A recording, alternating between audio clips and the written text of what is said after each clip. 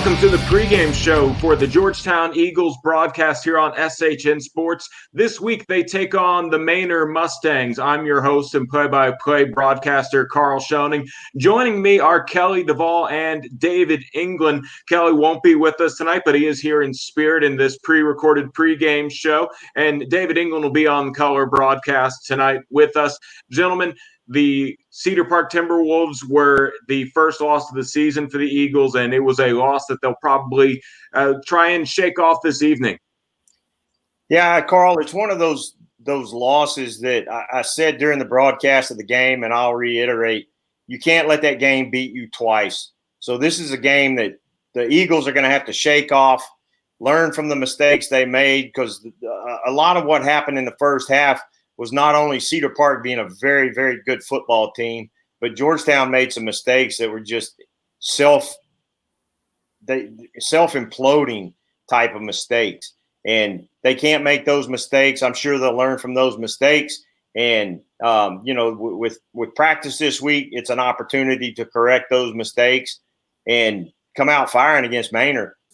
Absolutely. I think they're going to need to clean some things up and a lot of coaching opportunities this week and make things a little bit more crisp against a youthful Manor team.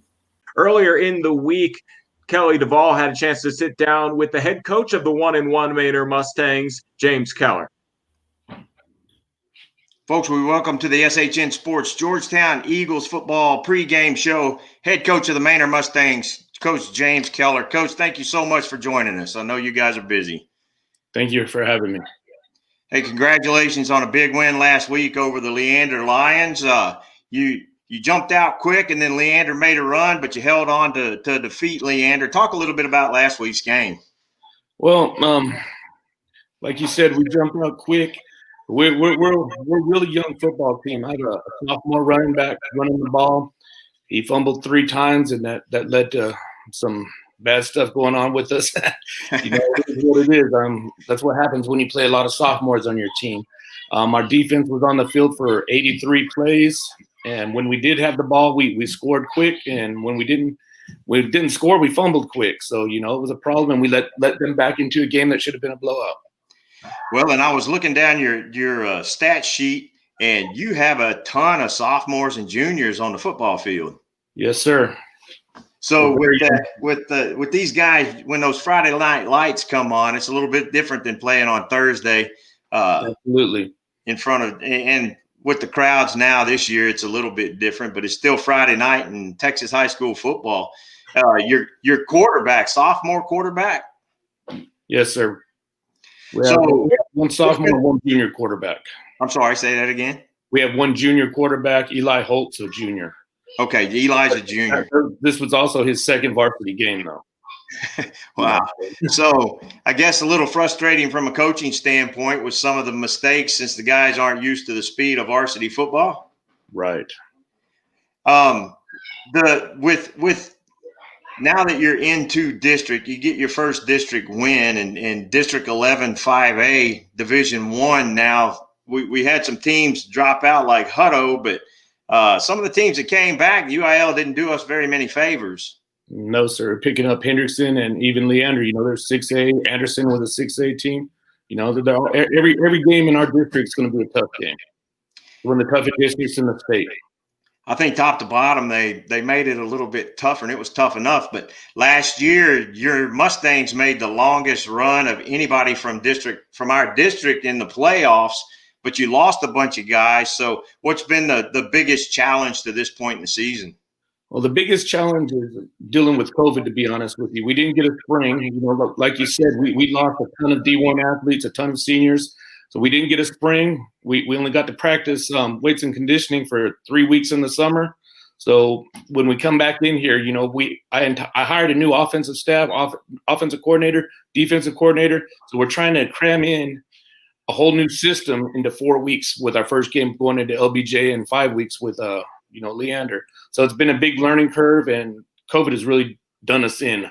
It's been a problem for us, but we're overcoming it. Well, and the coaches that I've talked to this season and Coach Griffin at Georgetown have all mentioned the difficulties, but with as young a team as you have, it's just had to be unbelievable.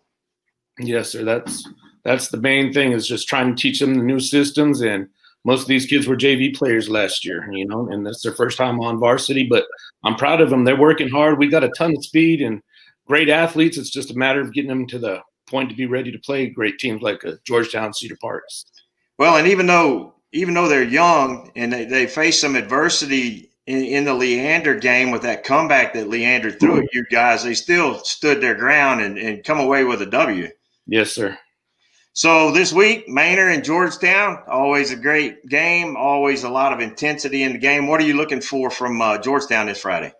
Well, I know they're going to be a strong, disciplined team. I mean, they were in strength conditioning all summer, so that that gives them a big advantage. So they got to hit the weight room all summer, got to work out and get in condition, and they're always known to be disciplined and do things right. So we're going to have to just be patient, not look for big plays, and drive the field and eliminate our mistakes to be successful against Georgetown.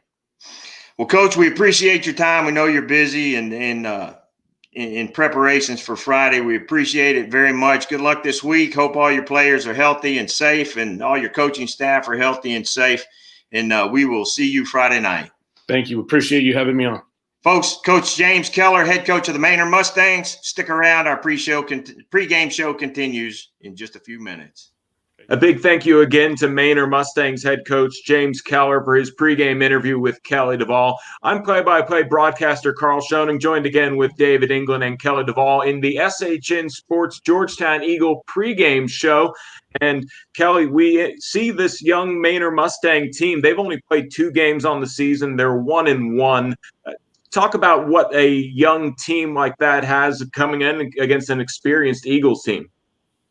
Carl, Coach Keller talked about it, and that youthful nature of their team has it's good for the future, but right now they have had some mistakes. They've turned the ball over a lot. Their starting quarterback is a junior. Their starting running back's a sophomore. And if you go up and down their starters, they are loaded with sophomores and juniors. So there's not a great deal of experience. And like Coach said, it's really different whenever you turn on those Friday night lights and you get in front of the crowds on Friday night. And even though the crowds are somewhat smaller this year, it's still Friday night Texas high school football. And so what Manor's going to have to do to compete in this game Friday night is eliminate the mistakes. And Georgetown had their own share of mistakes, but when you have a more veteran team like Georgetown has, you're able to overcome those mistakes a little easier and shake those mistakes off and overcome adversity. And they've dealt with some adversity this season and been able to overcome it not only in a single game, but game to game. So Georgetown will probably not perform as poorly as they did in the first half of the Cedar Park game and look more like they did in the second half. Manor's going to have to not turn the ball over. If they can't protect the football, it's going to be a long night. Yeah, a few names you'll be hearing this evening on the Manor Mustangs offensive side of things is the quarterback Eli Holt. As you mentioned, Kelly, he is a junior getting his first starts of the season. He throws for about 185.5 yards per game through the air. And then in the backfield joining him, Quentin Joyner is going to be their lead rusher. He's averaging over 100 yards per game on the ground. And then it's really a whole bunch of running backs after that. There are 4 running backs on this team that through 2 games are averaging 20 yards per game. Doppler Dave, you have some recruiting news updates for us on some of the Georgetown Eagles that are looking at some interest of playing on the next level. We do, Carl and Kelly. We've got senior defensive back number 41, Aiden Valencia, is getting some love from the Coast Guard Academy. And then senior offensive lineman number 79, Trey Flores, picking up his 4th offer from Howard Payne University. And then senior wide receiver Cade Lachlan gets his first of many offers from Hardin-Simmons University. And Dave, we've got a lot of players on this team that are getting a lot of interest, and there are several that have offers already. So it speaks to the experience that's on this Georgetown team, which makes me feel a little bit better about them putting that Cedar Park game behind them this week. Right, and I'm excited because of the potential weather we're going to be having, keeping it on the ground. Manor, as you were talking about their running game, they're probably going to be interested in keeping it on the ground, and I'll be curious to see how the weather is going to impact our kicking game on both sides of the ball. But yes, we now have 11 youngsters with offers to play at the next level. So it's pretty exciting about a pretty experienced Georgetown team. And I believe they're going to be well-disciplined coming into this game and fixed a lot of mistakes from last week. A lot of film they're going to get to look at and get a little bit more crisp this week. As the SHN Sports Georgetown Eagles pregame show rolls on, next up you'll be hearing from offensive lineman and left tackle, also Baylor commit Connor Heffernan here on the pregame show.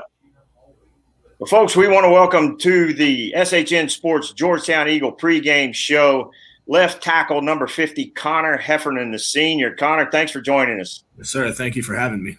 Good to have you with us, man. Tough game last week against Cedar Park. Talk a little bit about that game. It was a tough loss, especially since we went in thinking we had a legitimate shot, and I still think we did. There's just some things that didn't go our way, but I mean that's part of football. Not everything's going to happen the way you want it to happen, and I mean one team has to lose every week, so just happened to be us this week.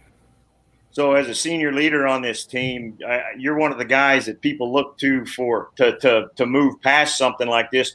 What do you tell these younger guys and the other guys on the team that may not have the experience that you have about this loss?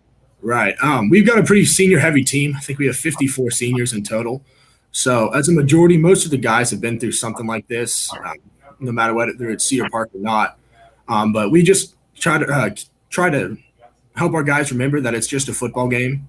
Just because we lost last week doesn't determine this week's game, or anything like that. So we just got to move on and get past it. So practice been going all right this week? Yes, sir. We started off a little slow yesterday morning. I believe that was Monday, but we had a great practice today offensively. I can't speak for the defense, but I know they were getting after it as well. Well, good. It's always tough to come off a loss like that, but you've got a Manor team coming up that we'll talk about in just a few minutes. But I did want to talk to you about your recruiting process. You're Baylor commit, but you've had a lot of offers. What's that process been like? It was very humbling, to say the least. I had I don't want to say rough. I had a slow start. I've been looking to get that first offer since I was a sophomore, but I was never 6'7", 200 or 300 pounds, so that's just part of it. I just had to prove my worth to the colleges, but I think in February I picked up my first offer from the University of Rice, so that was exciting. And then ever since that, it just kind of picked up. Started off Syracuse as my first Big 12 offer, and then I just started reaching into contact with the new staff at Baylor, and then from there it just took off. Yeah, and you've had multiple offers, but you have committed to Baylor. What got you hooked on Baylor? Really, I just love the staff. I was pretty close with the former staff, Coach Rule and all them. Right. And when Coach Aranda came in, he brought in Coach Joe Wickline to be his offensive line coach. But his former O-line coach, or the former O-line coach there, Coach Bell, he moved to tight end. So I still had that relationship with the coaches, and I just formed a better one with Coach Wickline. So I love the coaching staff. It's close to home, which is great. My parents, family, they can all come watch games. And, I mean, it's just a great school, great football program as well. They've won in the past, and I know we're going to continue to win in the future as well. Well, it's always exciting to see our Georgetown kids get recruited, and there's several guys on this team that have offers and have interest from other colleges, but we'll be excited to watch you play at the next level on Saturdays, man. That's going to be cool. Yes, sir. Thank you. Don't forget us little people, man. Well, I won't. No, sir. So you got a Manor team coming up this week. Last year they made the deepest run out of district into the playoff, wound up beating Cedar Park in the playoffs, but they lost a lot.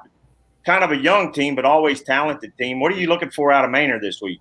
Well, I mean, we just have to come out and play Georgetown football. I think that's something we didn't do last Friday. We did some things that were uncharacter of Georgetown, and so we've got those corrected today and yesterday. I'm going to continue to correct them throughout the week. But they're a good team. They're athletic. Manor always has been. They have athletes. That's who Manor is. They've got a very aggressive up-front defensive line. They're going to get in your face every play, and they've also got a really athletic secondary. So, well, I hope to see some pancakes this week. Yes, sir. Joe, you got any shout-outs? I just want to shout out my offensive line, my whole really the whole offense, Darson, all those guys, and also the rest of the defense as well. Well, folks, it's Connor Heffernan, the Baylor commit, number 50. You'll see him at left tackle again this week against the Manor Mustangs. Connor, thanks for joining us, buddy. Thank you for having me. Folks, we'll be right back. Stay with us on the SHN Sports Georgetown Eagles pregame show. As the SHN Sports Georgetown Eagle pregame show rolls on, next up, we're going to be hearing from the head coach of the Georgetown Eagles, Chuck Griffin. Folks, we'd like to welcome to the SHN Georgetown Eagles pregame show head coach Chuck Griffin. Coach, thanks for joining us. Hey, thanks, Kelly. Thanks for having me. So I know it's a tough loss against a very, very good Cedar Park team. Kind of give me your overall thoughts on last Friday's game. You know, it's tough to take one of those. We just got beat up pretty soundly. And, you know, those are tough to take as coaches, especially when you feel like you got some good stuff going in. But, you know, our kids, here's what I challenged them at halftime is I wanted to see them continue to fight. You know, I wanted to see them continue to play and continue to work, and they did that. They were able to put a couple touchdowns up there in the second half and able to continue to fight it and move on. So that's the deal. You got to – it's like any kind of failure. You got to learn from it and move on. Keep going. So it kind of seemed like in that first half that some of the same things happened against Cedar Park that happened against Bastrop, but Cedar Park, way different team than Bastrop is. And I was going to ask you about what you told the team at halftime, but they did come out and fight in that second half. They did. You know, the difference was against Belton, it was turnovers, special teams wise. You know, we had a couple of busts in the secondary, and playing a guy like Ryder Hernandez, you can't do that. He's, you know, that guy's got 30 games under his belt just about. So, I mean, he's a Division I athlete, so he's able to penalize us for that, and he did a great job. So he just put us in a bind and got a couple of quick scores. You know, we traded a little bit there the first couple of series, but then he was able to get a couple quick scores, and we just had trouble responding from that. But at halftime they did. You know, just, hey, settle down, go out there and play. Let's continue to get better, continue to work on the Georgetown Eagles, and we'll see where this thing goes. So in light of that, you know, you try to dust off that loss and get right back to it. How's practice been this week?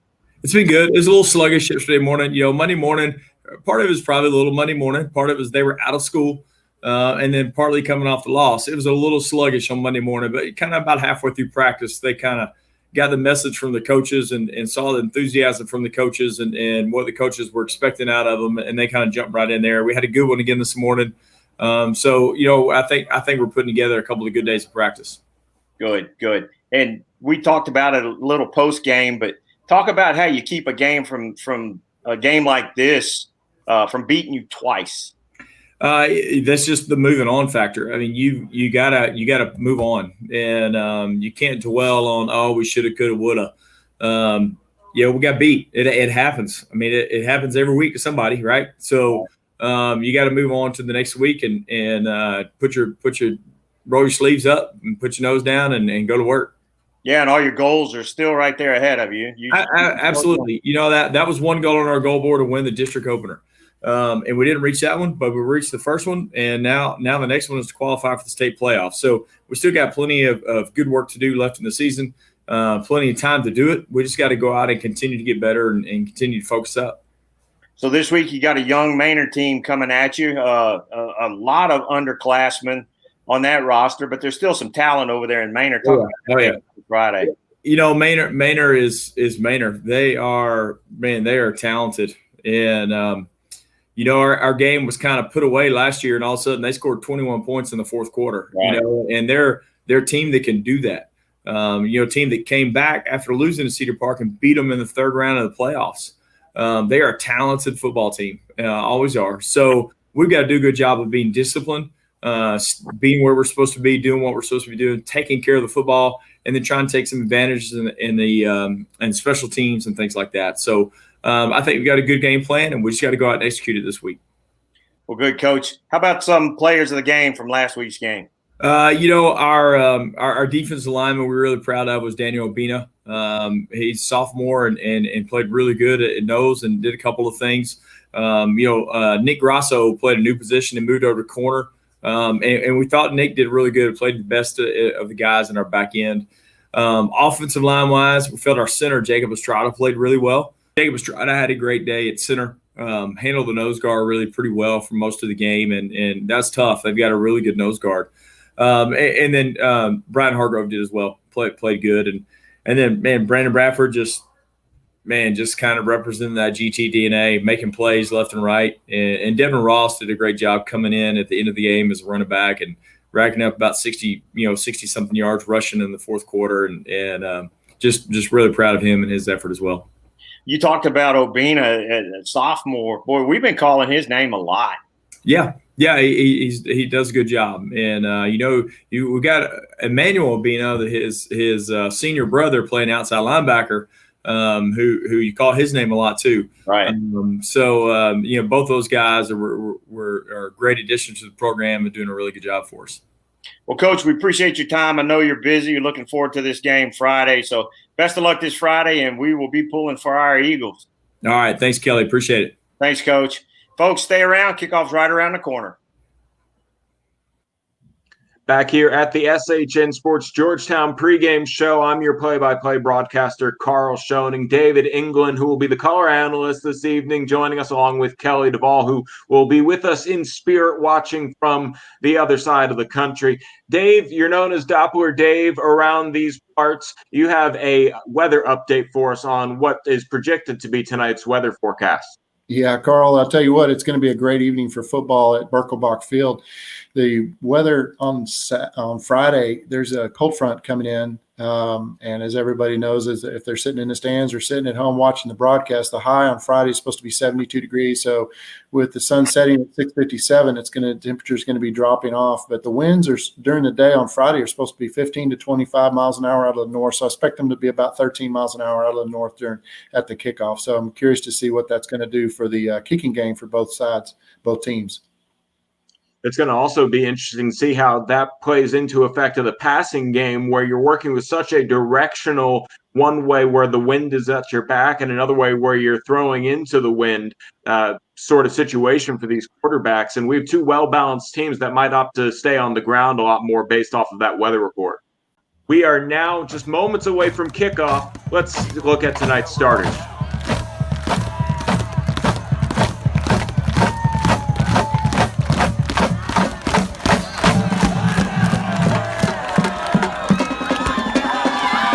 Starting lineup for your Georgetown Eagles.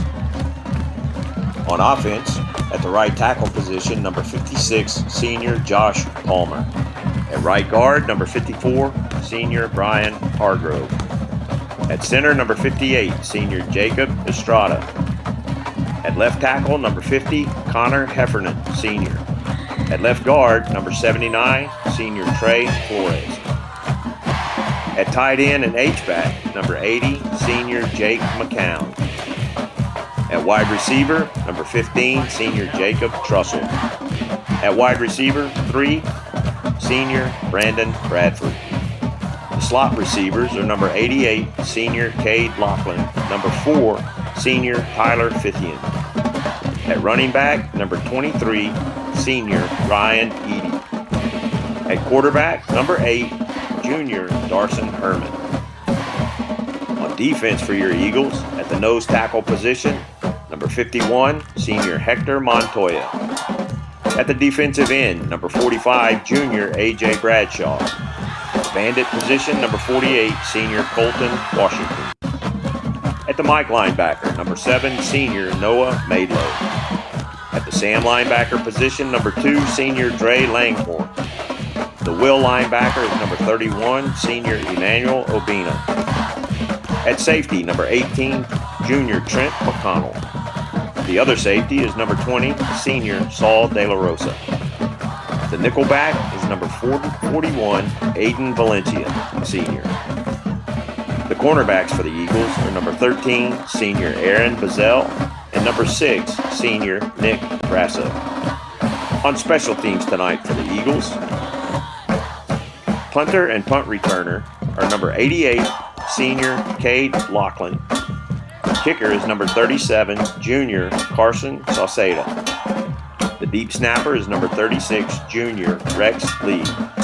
And the holder is number 9, senior Cord Sparkman. And those are your starters for your Eagles against the Manor Mustangs.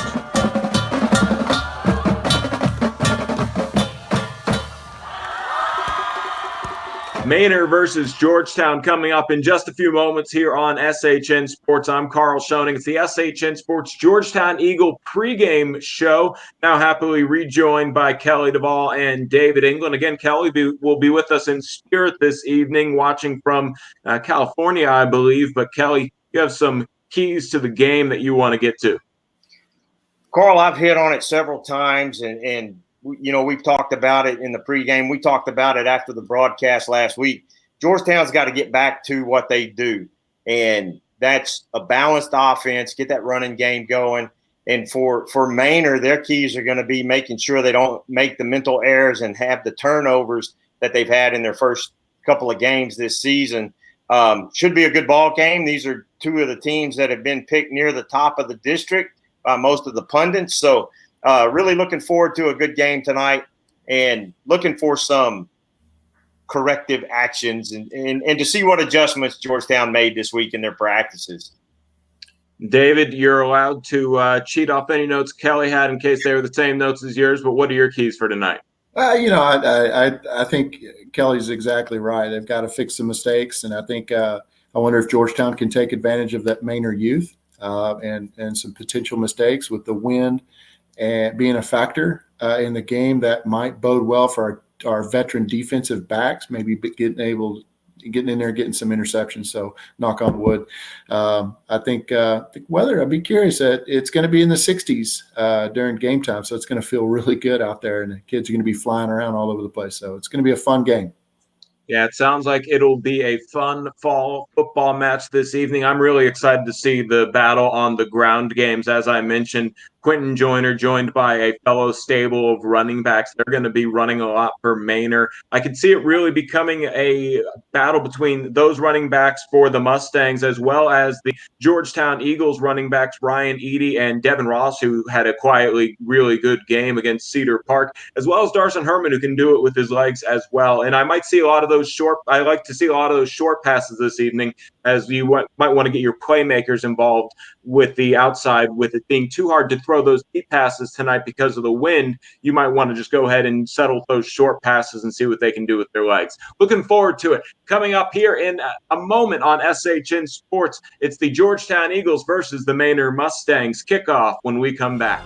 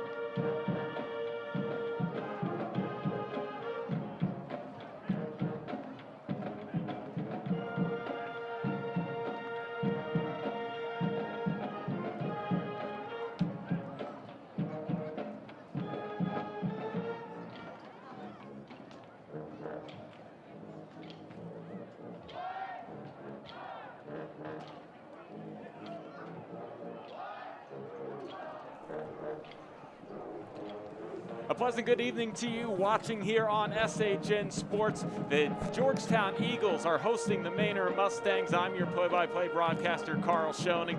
Joining me in the booth as my color analyst is David England. Sarah McCall is out there on the, math trouble, is out on the camera deck, and Cole Smith is here helping us out in the booth. Happy that you guys join us. It's the 1-1 Manor Mustangs going up against the 2-1 Georgetown Eagles. As the Eagles try to bounce back from the loss last week at Cedar Park, David, tonight, no place like home. Absolutely. It's great to be back at Birkelbach Field and home field advantage and the home district opener, if you will. And Georgetown, I think, is looking forward to taking advantage of some youthfulness on the Manor sidelines over there. And let's hope Georgetown had it sounded like from talking to the coach at the coaches show, they've had some good practices this week, and hopefully they've cleaned everything up and we'll play some really fundamental, sound football this week. So it's looking forward to a great game. The weather, real quick. Beautiful skies, as you can tell. Behind us, we had a cold front move through yesterday. It's going to be 68 degrees, winds east-northeast at 6. And at the end of the game, it's going to be 58 degrees. Yeah, Devin Ross talked about how it was a very good week of practice at the coaches show on Wednesday. As you see the field being taken by the Georgetown Eagles now. They are taking the field, and they have a nice jersey uniform set up this evening. The black jerseys with blue sleeves, numerals, and gray pants with outlining on the numbers. And I say that these are arguably my favorite, aside from the classics. They look great. A little hard to see the numbers up here, but they look nice. Those black unis with the white numbers and silver pants and a traditional helmet. Just good old Georgetown football players down there. And Manor is wearing white jerseys, black pants, and they've got some black jerseys with kind of a chrome-looking red helmet. So their stuff looks pretty cool too. Well, kickoff is moments away here on SHN. Stick with us as we go into the Georgetown Eagles versus the Manor Mustangs.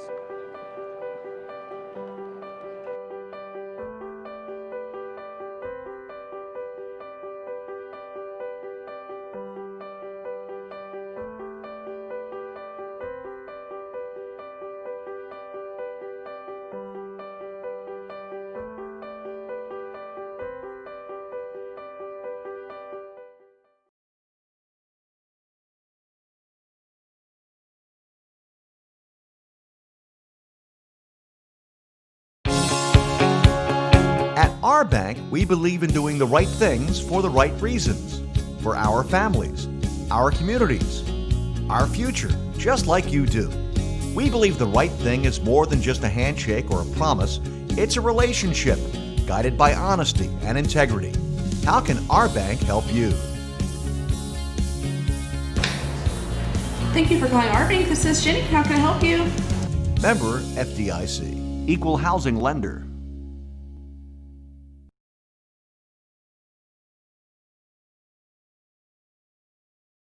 You know, some people only talk about social distancing like it's a bad thing.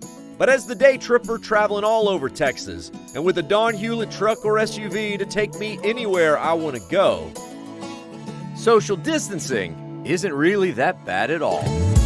So, how far away is your Don Hewlett Chevrolet going to take you? Find new roads in Georgetown and at donhewlett.com. Don Hewlett, Texas True. George's on the Town, a social grill, is a proud supporter of GISD Athletics. Located just off of South I-35 in Rivery, George's on the Town offers an upbeat, casual dining experience that's fun for everyone. From rehearsal dinners and work events to happy hour and Sunday brunch, there's always something to do at George's on the Town. Be sure to check out live music on their pet-friendly patio every Thursday at 7, and of course the Eagle Nation Coaches Show on Wednesdays at 6 p.m. We can't wait to see you.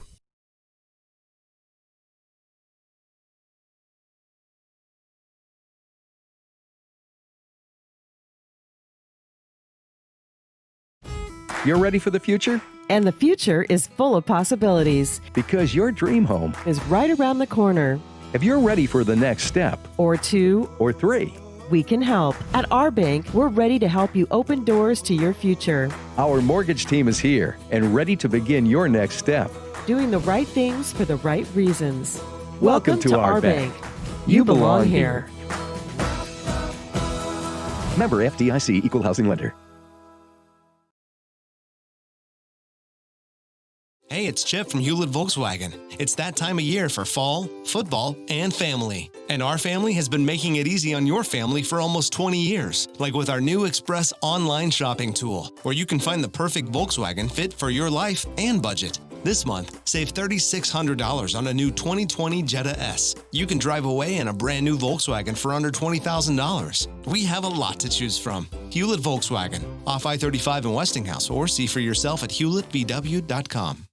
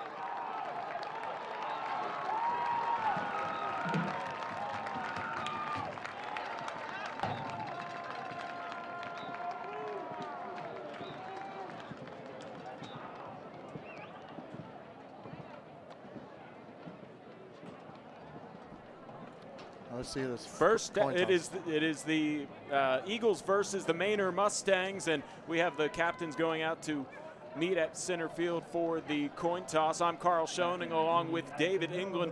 Cole Smith is up here in the booth with us as well, and looks like Cord Sparkman will be tonight's captain for the Georgetown Eagles. As usually there are 4 captains, only 1 for social distancing purposes this year. As the teams go ahead and meet, you already have a good sense of how the Eagles are looking to bounce back this week. And keys to the game, David. Keys to the game, I think, is a balance. I hope to see a good, solid running game. A little bit of wind out there. It's not going to affect the kicking game too much. But I think, you know, Manor's got a little bit of youth, some sophomores and juniors. And if Georgetown can take advantage of that, being a senior-laden team with 54 returning seniors, if we are able to run the ball, Manor's receiving the ball. I think Georgetown deferred. And so if we can see, but the thing is, Manor's always got like D1 level athletes, so we really have to play disciplined, fundamental football. And I think after last week's disappointing loss against Cedar Park, I think a lot of emphasis was put on that this week at practice. You've got to think that. So if Georgetown just plays fundamental, you play their normal football, they're going to be disciplined against a talented, athletic, youthful Manor team. Back deep to receive this kick is Che Nwabuko, as well as Antonio Haynes for the Manor Mustangs. Carson Salcedo will be kicking this off away from the 40 as we get things underway here from Birkelbach Field at Georgetown ISD Stadium. Happy you joined us tonight on SHN Sports. Beautiful night for football. The lights, it's starting to sundown was a few minutes ago. The lights are bright. State of Texas and Georgetown. Yep, still some hints of twilight in the sky before the stadium lights take over as Carson Salcedo will line up a 4-yard charge. Looks like he'll take it straight on. Nice end over end kick taken on the right side of the 21-yard line, moving across the 30, spinning as he's hit and fighting forward for a couple extra yards to the 35-yard line for the Manor Mustangs. That was Devin Lemire with the return, and he gives them a solid starting field position at the 35. Good crowd, both sides. Georgetown's got home stand advantage, of course, so lots of folks here. I'd say probably 300-400 people from Georgetown. About 60 to 70 folks from Manor showed up tonight. Eli Holt is the quarterback. He's in the shotgun. He's averaging 178 yards with his arm. He sends one man out of the backfield and will give the handoff to his running back, who fights forward for 11-yard gain on first down. That's Quentin Joyner. You're going to hear his name a lot tonight. He's averaging 100 yards on the ground.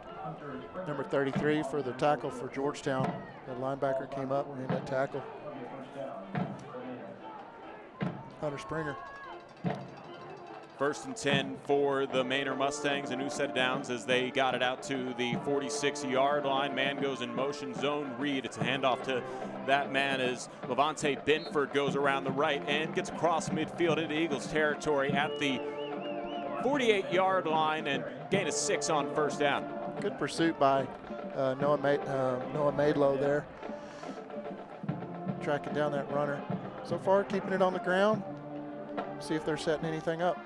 Opening series of the ball game here. 11:09 left to play in the first quarter. It's Holt in the shotgun. He has Joyner to his left, takes a low snap, looks to his left, fires to his left, overthrows his intended receiver. That was meant for Levante Binford, and it's incomplete. 3rd down coming up. Big 3rd down here to start the game off for the Eagles. Yes, sir. That was just a little late on that Manor wide receiver there. It just wasn't quite in position, and the ball was just a little off there. Just a little coordination. Binford will go out to the right. 2 men in the backfield with Holt. Holt will keep it on the designed run for the quarterback. A nice fake will pick up the yards he needs to the 41-yard line, and a 3rd down conversion on their first try of the evening for the Mustangs. You know, a couple of first downs, rushing. You know, they've got a good run game going. Their O-line up front for Manor is opening up some holes. And it's keeping that clock moving here. Under 11 minutes to play in the first quarter. Trips left, single receiver to the right. It's Joyner in the backfield with Holt. He will clap his hands on first down and send it over to the left side. It's completed catch across the 40 to the 36-yard line. Completing that one for the Mustangs was Carl Chester, and that is a gain of 4 on first down. Manuel Obina on the tackle, coming over, and good pursuit, good speed. Holt and Joyner in the backfield. They're going to go with the same formation. Trips left, single receiver to the right.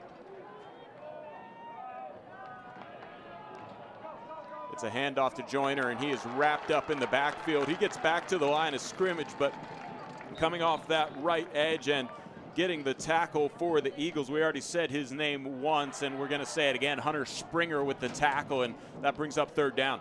Great job there, just coming around and beating his offensive lineman around the corner to grab that guy before he got past the line. A big 3rd and 5 here as the Manor Mustangs want to talk things over on a timeout. They'll take it, and we will take it with them here on SHN Sports. No score. 9:47 left to play in the opening quarter here. Big 3rd down coming up when we return on SHN Sports. You know, some people only talk about social distancing like it's a bad thing. But as the day tripper traveling all over Texas, and with a Don Hewlett truck or SUV to take me anywhere I want to go, social distancing isn't really that bad at all. So, how far away is your Don Hewlett Chevrolet going to take you? Find new roads in Georgetown and at donhewlett.com. Don Hewlett, Texas True. Big 3rd down coming up here. The Manor Mustangs wanted to talk things over. 9:47 left to play in the first quarter. And a shout out to Kelly Duvall, who couldn't be here tonight, watching live from California. He's usually the color analyst up here with me. Filling in is David England.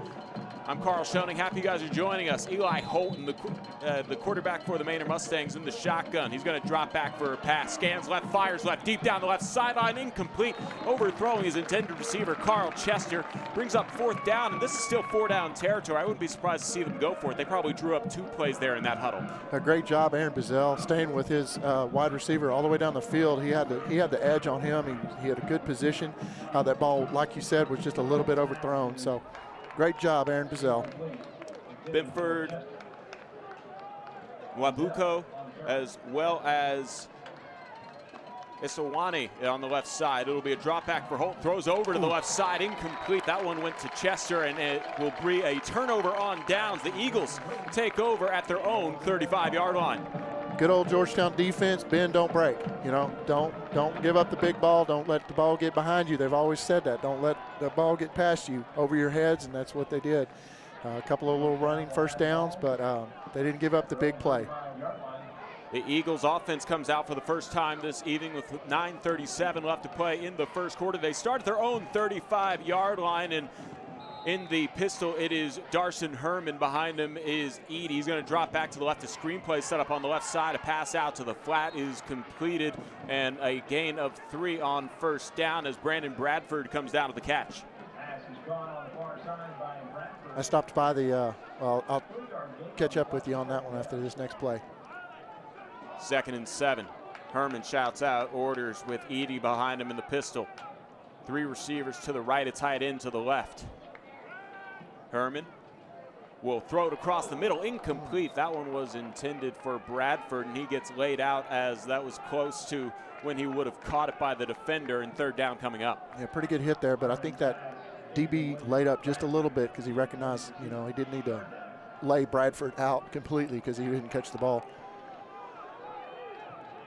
Bradford and Lachlan lined up on the right side, 2 men in the backfield with Herman. It's 3rd and 7.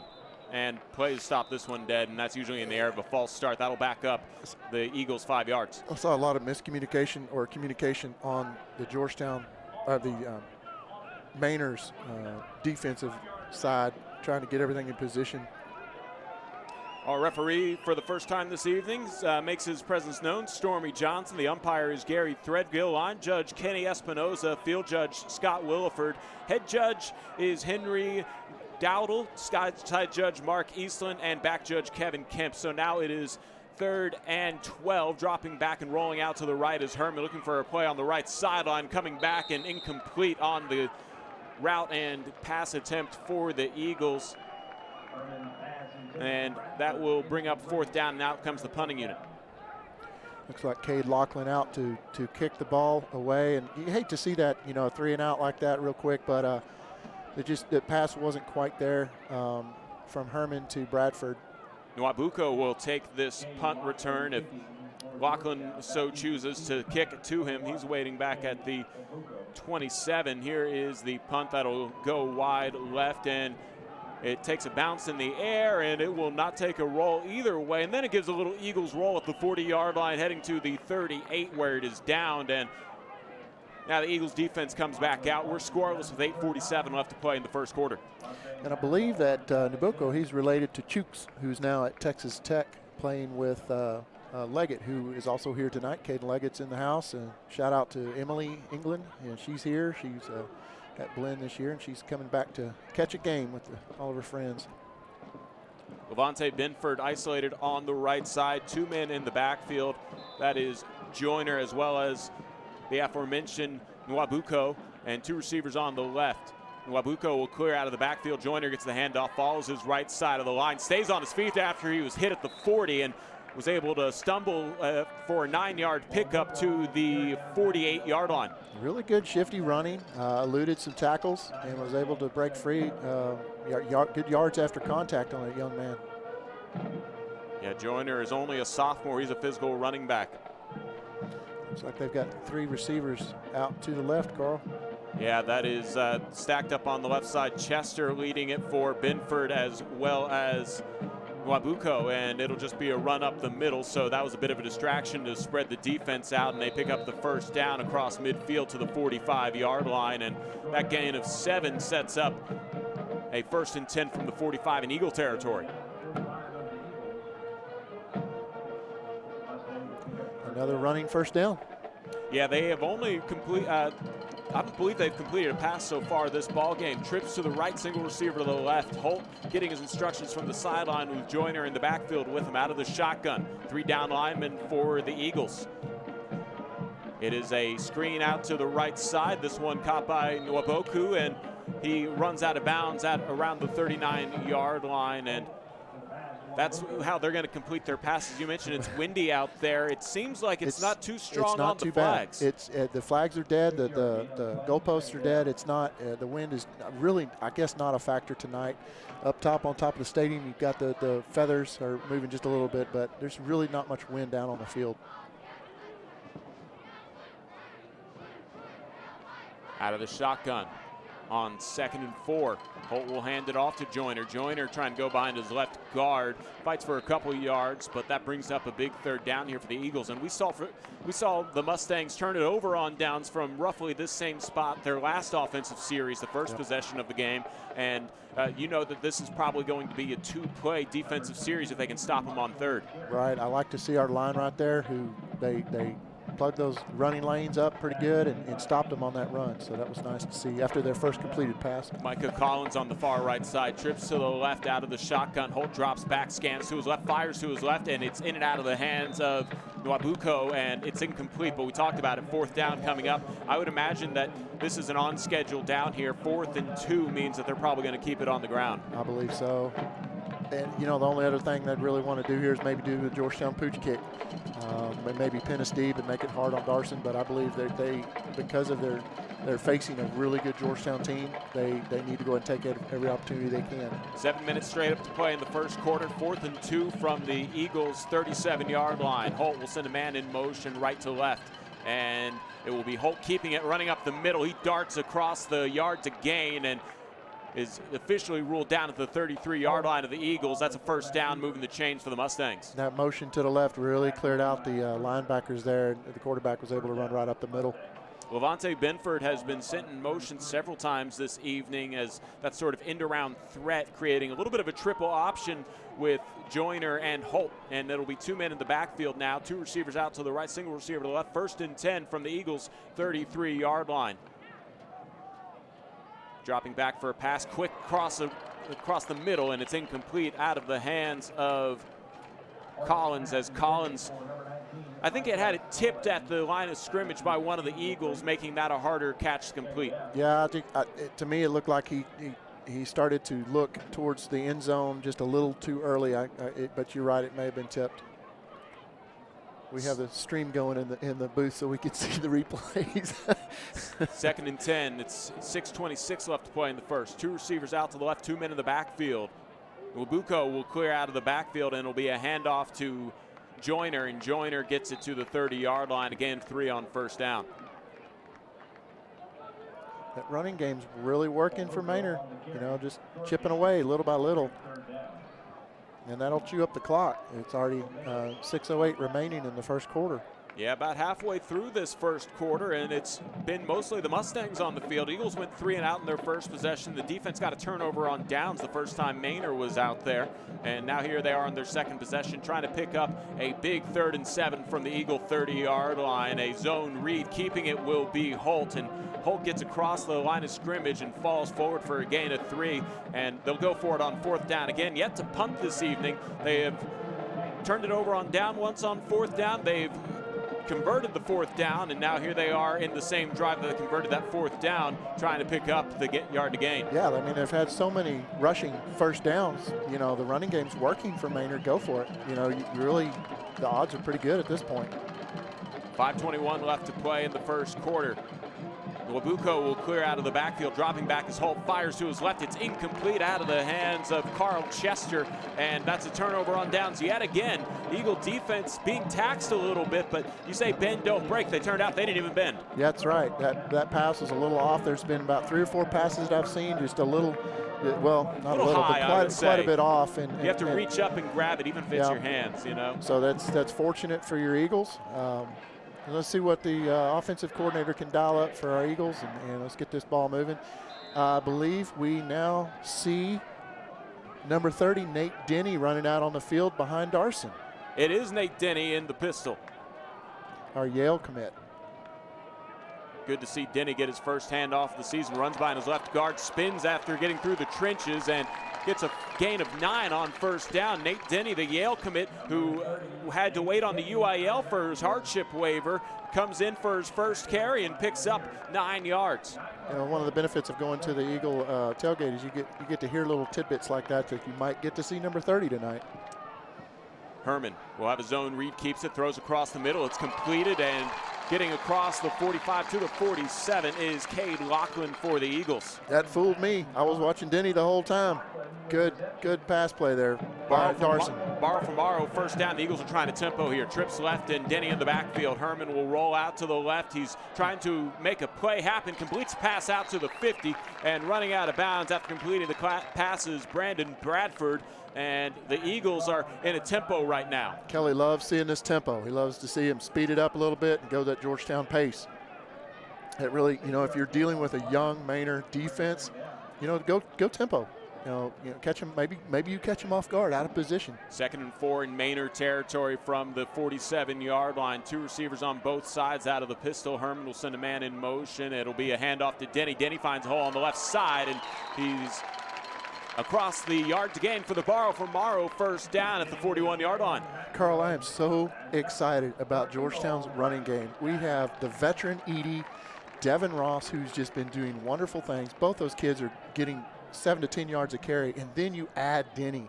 And then Darson. We have so many options for running this year. It's going to be so much fun to see. Edie, the new back in the backfield to the right of Herman, and it'll be a option play to the right side. Taking it is Cade Lachlan, I believe, and Lachlan gets pushed out of bounds at the 35-yard line. I think that's 85. Oh, Petter in that case? Yes, sir. It is in that case. Petter, and that'll be a gain of 4 on first down.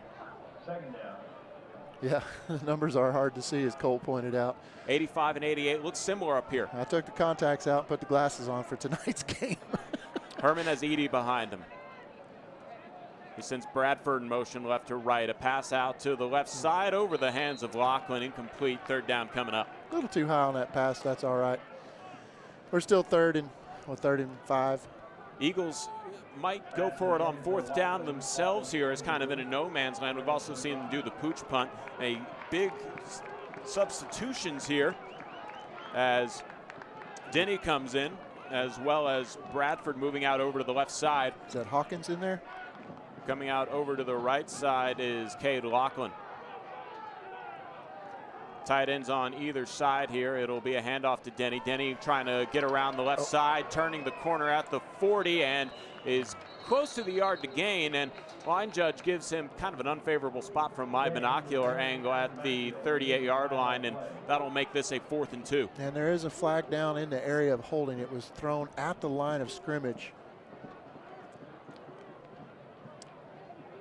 And this would either be 4th down if they accept the results of the play, or back up 10 yards. And if this is on the Eagles, as the referee is kind of confirming the call, we'll find out.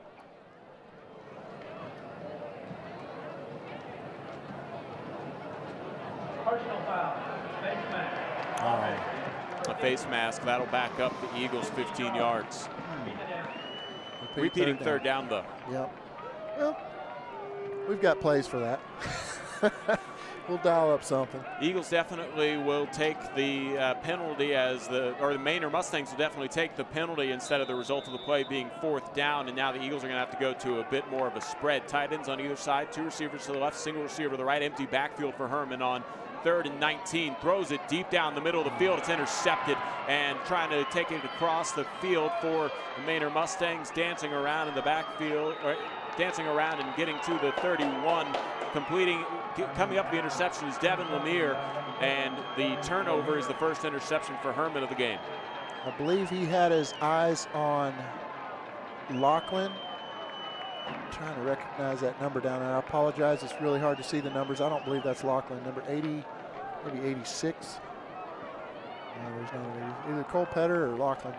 Either way, 3:24 left to play in the first quarter. We're still scoreless, and coming out after the interception, the ball on the Manor 31-yard line. The Manor offense takes over. 2 receivers on both sides, holding the shotgun. Is Joyner to his left.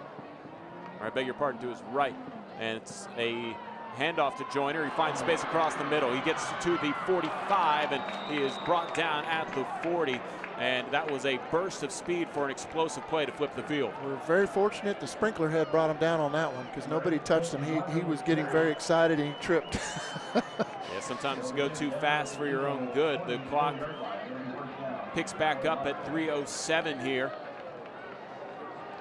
And yeah, the receivers were off sides there for a moment. They go ahead and hop back on sides. 1st and 10 from the Eagle 43-yard line. Holt will move Joyner to his right. Joyner gets the handoff, runs up the gut, and is pushed back by the linebackers. As coming up to make the tackle for the Eagles was Trent McConnell, who's good to see Mother him Terror's back. out there on camera number 3. Absolutely. Good to see that young man back. He's just a junior, but he's a very solid defensive player for us, and probably one of the really smart ones on that defensive line. Only a pickup of 2 for the Mustangs. 2nd and 8, ball at the 41-yard line in Eagles territory. Tighter formation here, 2 receivers on both sides. A quick screen out to the right side. Wabuko will take it around this pick and gets it to the right sideline to the 30-yard line. Call it the 29, another first down for the Manor Mustangs. We've seen a lot of offense for no score here with 2:24 left to play, and looks like the Mustangs want to tempo the Eagles. They are already at the ball here as the chain gang hadn't quite caught up to what the Mustangs were trying to gallop up on the first down. And here it is, 2 receivers on both sides, so they're going to get ready to go. I see what you did there. I tried to work in a punt every now and again. Yeah. And taking the ball around right end on the end around was Levante Binford, and Binford was able to turn the corner and find the sideline for a big gain of about 9. You have to give some credit out to Nabucco on the right side of their wide receiver. He was out there blocking and enabled that runner to get about 5 more yards, Carl. Collins isolated on the right side now. He'll have a second receiver join him on that right side. Joyner in the backfield with Holt. Binford in the slot left. Keeper for Holt, and he gets around the left end, makes a couple defenders miss, gets to the 10-yard line, and he will trot into the end zone for the first score of the game. Touchdown, Manor. Really good run job. You know, he just eluded about 3 or 4 tackles, and then he was off to the races. Their running game for Manor is really good. These kids are young, and they're not scared. I mean, they don't know enough to be worried about it. They're going to go out there and make plays because nobody's told them they can't. You know, some of them, this is their first time on, varsity playing on Friday night, so they're going all out. Trying to figure out who the kicker might be. He's wearing number 69, and the Manor Mustang roster provided to us, there is no 69. Xavier Means is 59, so it's possible that could be the case. And whistle stopped this play, which might have been good for the Mustangs. A point after attempt leads to a delay of game. That's what the whistles were, and that snap might have been rushed, but had that play gone off, the Eagles might have had a chance to hop on that ball. Luckily, it was stopped for the Mustangs. Carl, during the week, I saw a kicker on Twitter for Manor kick a 50-yard field goal, so this might be that young man. I'm going to try and find his name. Yeah, we'll have to see here as it will be a fake rolling out to the right and trying for the 2-point conversion. It's incomplete, and the holder right there is Damian Salazar, a tight end trying to make a throw, and that's the result. Yeah, it was a bad snap when they got the first, when they blew it dead, they had a bad snap, and that was the second bad snap. So he had nothing to do but pick it up. I think it was a designed fake. Oh, okay. I believe it was a designed fake at that particular case here. Okay. Either way, the first score of the game, the Mustangs lead the Eagles 154 with 154 left to play in the first quarter. It's 6-0. We'll be back in a moment on SHN Sports.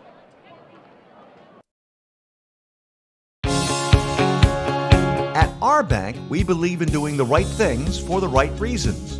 For our families, our communities, our future, just like you do. We believe the right thing is more than just a handshake or a promise. It's a relationship guided by honesty.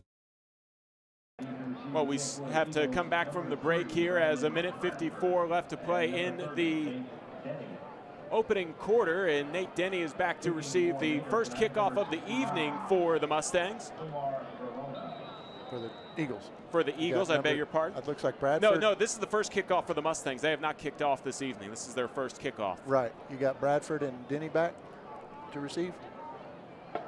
It is Bradford and Nate Denny. So Denny on the left side, Bradford on the right.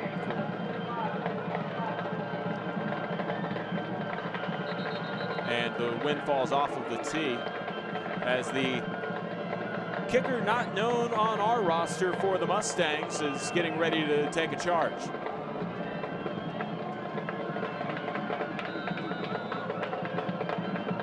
And they're going to have to hold it here.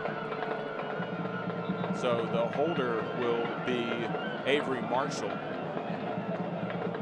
Denny and Bradford again back deep to receive.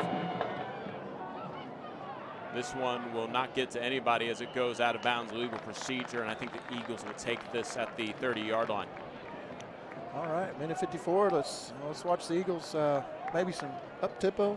Let's see how fast they can get down there and score. They really did find a rhythm, and then it just kind of stalled as they were going up tempo. And let's see what the official has to say. Or beg your pardon, as we haven't zoomed in on the official. I don't think there was a flag. No, the Eagles are just getting ready to.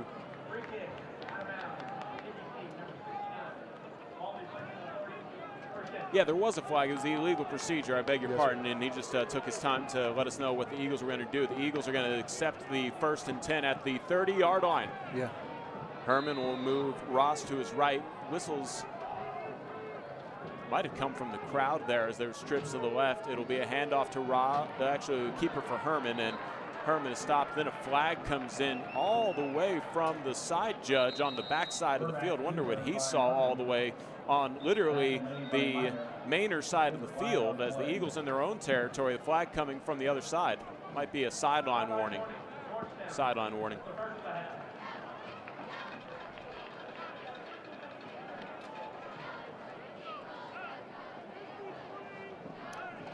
So, after the failed run attempt, the ball 4 yards behind the initial line of scrimmage, 2nd and 14, empty backfield for Herman. Herman scan to the right, fire to the right, it's caught by Lachlan at the 30, and couldn't quite get away from his tackler as the tackle was made by Nathan Mitchell, and at least some of the first down yards lost were picked up, and a gain of 5, 3rd and 9 though, not on schedule. The Eagles will need to probably go to the air here.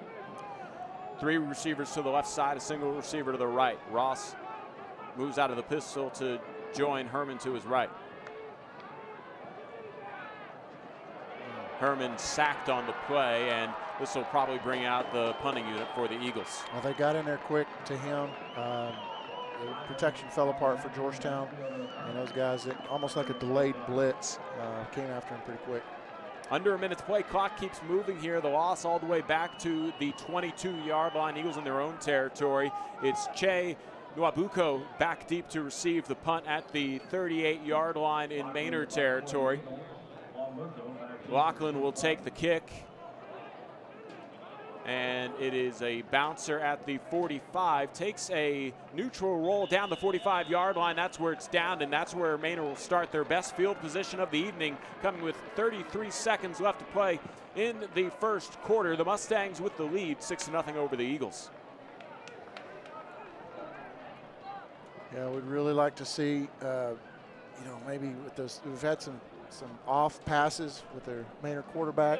Maybe our veteran corners and safeties can take advantage of that, and maybe we can see an interception kind of return the favor after they picked off Darson. Maybe we can pick off their quarterback. 2 receivers on both sides. Holton the shotgun. Joyner to his right. He sends Nwabuko in motion, and it's a zone read handoff to Nwabuko. He turns the corner at the 45, hurdles a couple defenders at the 50, and gets to the yard to gain in Eagle territory, 45, and a gain of 11 on first down. Move the chains for the Mustangs. 23 seconds left to play as the clock stopped on the first down gain. Manor really has some dynamic runners, and Nwabuko, his family heritage, because when his older brother was at Hutto, he just couldn't be stopped. He was very, very difficult to stop him, such a fast runner. Benford and Collins on the right side, Nabucco and Chester on the left side. It's a handoff to Joyner, though, as he goes behind his right guards on first down and gets the Eagle 41-yard line. Look at the three. That run game sure is working for him. And that will be the final play of the first quarter. So after 12 minutes complete here at Birkelbach Field, it is the Manor Mustangs 6, the Georgetown Eagles nothing. When we come back, it'll be Manor football at the Eagle 41-yard line, 2nd and 7. You're ready for the future? And the future is full of possibilities. Because your dream home is right around the corner.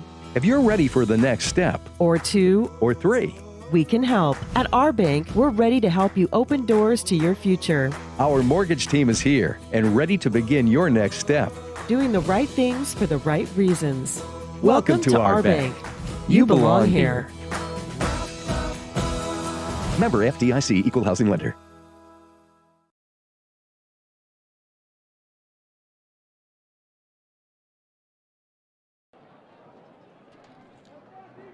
Start of the second quarter here on SHN Sports, as it is 6-0. The Manor Mustangs lead the Georgetown Eagles. I'm Carl Schoening along with David England up here in the booth. Cole Smith working the computer, helping us produce a high-powered, well-balanced offense here from the Manor Mustangs. They've been marching down the field almost every single time. And a handoff over to the right side, and a stop before the yard to gain on first down as Nabucco got the handoff, and he took it about 3 yards, brings up 3rd and short here. And this is also 4-down territory, as we've seen all evening in the first quarter from the Mustangs. Well, Carl, how do you keep Georgetown from scoring? You don't let them have the ball. You run on every down, and their dink-and-dink plays, you know, their running game is amazing tonight. It'll be a handoff to Joyner up the gut, and he is tackled after he gets past the trenches. In on the tackle for the Eagles was Bryson Hanks. You know, at some point, you know, you might see our Georgetown defense switch out to really cover that run game, and that's going to make it where they could burn us on the pass. So it's always a challenge to figure out what's the best recipe on the defense. 1st and 10 here from the Eagles' 33-yard line. 2 receivers on both sides, and now Joyner empties out of the backfield. Holt will drop back for a pass, steps up in the pocket, throws it across the middle. It's completed at the 20-yard line, shakes off a defender as he moves laterally to the 15, and then is brought down at the 10-yard line. And that there is Carl Chester. He was finally brought down by Aaron Bazell, who we had on the Georgetown Coaches Show this week. He just saved a touchdown. So everybody's making noise down there, the cheer. The band, it's really loud. There's no excuses for missed tackles tonight. There's no moisture. It's dry. It's perfect weather. It's probably 65 degrees down there on the field. 1st and goal from the 10. Holt will get his instructions from the sidelines. He fakes the handoff to Nbloku, who tries to go over to the left side, and he has only one man to beat as he cuts back to the 5, and the blocking didn't quite hold up. A flag comes in. I think that was a hold on the Mustangs there in the end zone, as Elijah Holt almost had a lane to the end zone, but I think that hold in the end zone will actually back them up and make this 1st and goal from around the 20, or it might be from the spot of the foul, so it might be around the 13. See what the officials say after it's all sorted out. Our defensive back couldn't break loose there.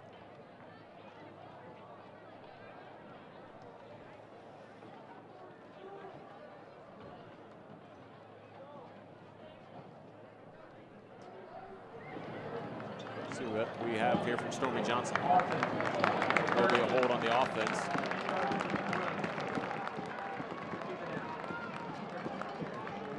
So that backs it up to the 15-yard line.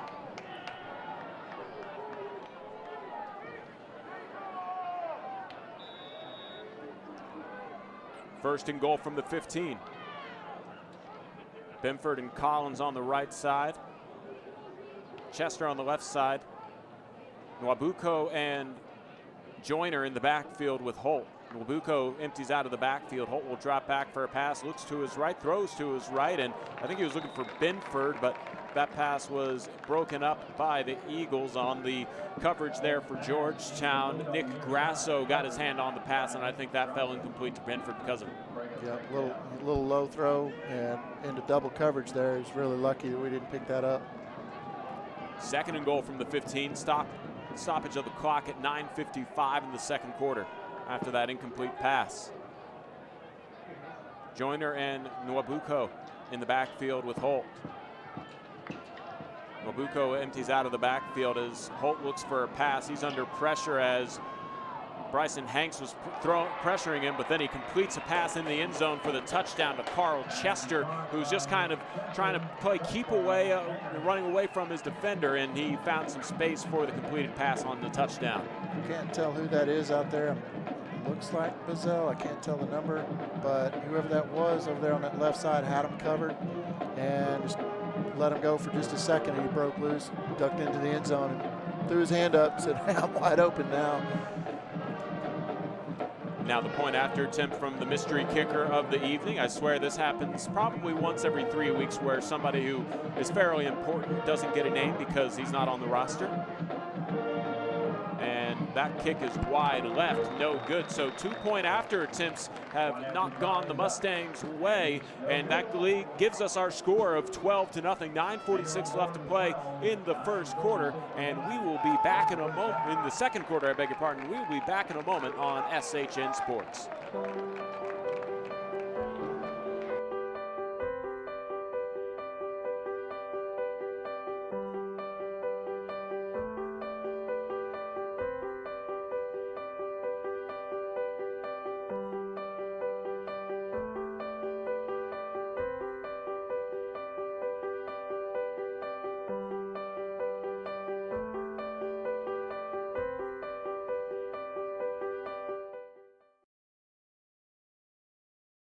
Tale of two different offenses.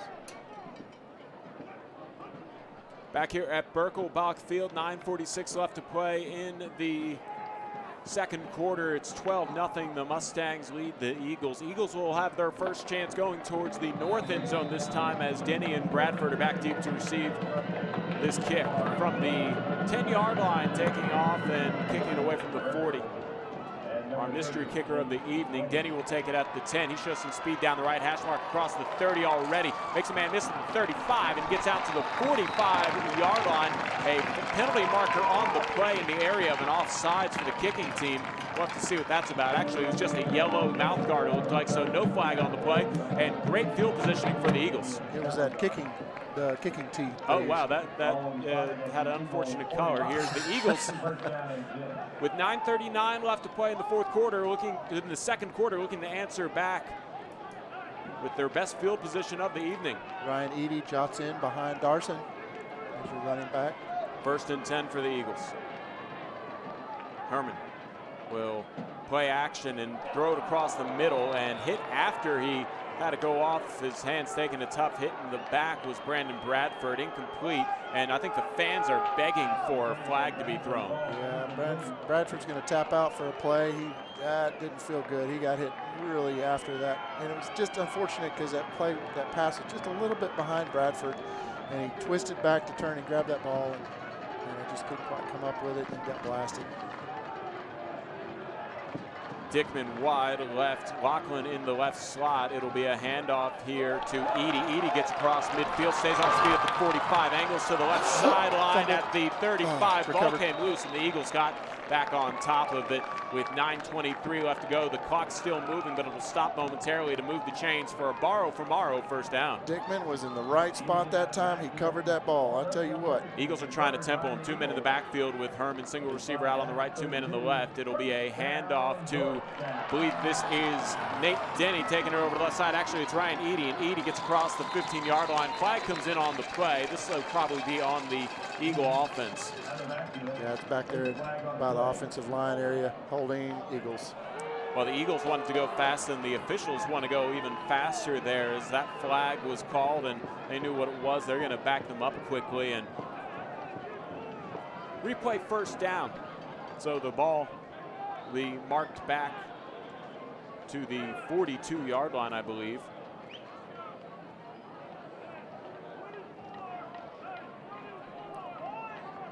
Bradford wide right. Slot Cade right is Cade Lachlan. Dickman to the left side, and it'll be a handoff.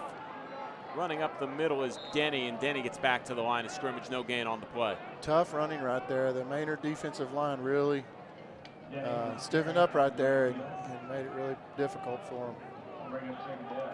2nd and 20. Ball on the Manor 42-yard line. 3 receivers to the right.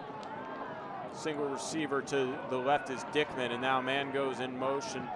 That's Lachlan to the left side, and over to the right side, completing the cast is Fithian. Fithian able to break 1 tackle, but only picks up a yard after being slowed down by the Manor Mustangs.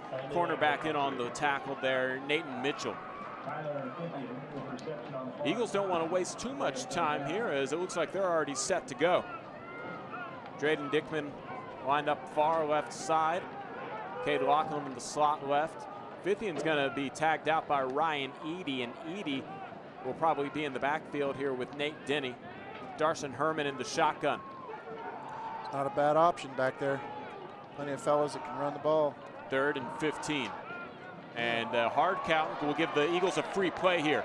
It's a completed pass, a screen play. Taking it is Eady, who came in at the moment, but the free play will be 5 yards forward, and will replay 3rd down as the tackle was made by Wilson Budinawa. Yeah, he wasn't fooled by that screen. Yeah, that was probably a fair enough play, but an offsides, like I said, will help out the Eagles and give them 5 yards and a replay of 3rd down.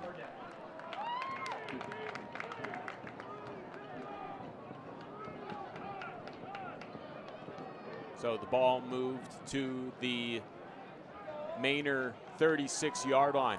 2 receivers on both sides for Herman. He has Denny behind him. Fithian in the slot right. Pass to the left side. It's completed by Drayden Dickman, and he has just enough to gain for the Morrow 1st down at the 22-yard line. Great job, great catch. That defensive back. He's just short, I beg your pardon. That defensive back was all over him, had him covered up pretty good.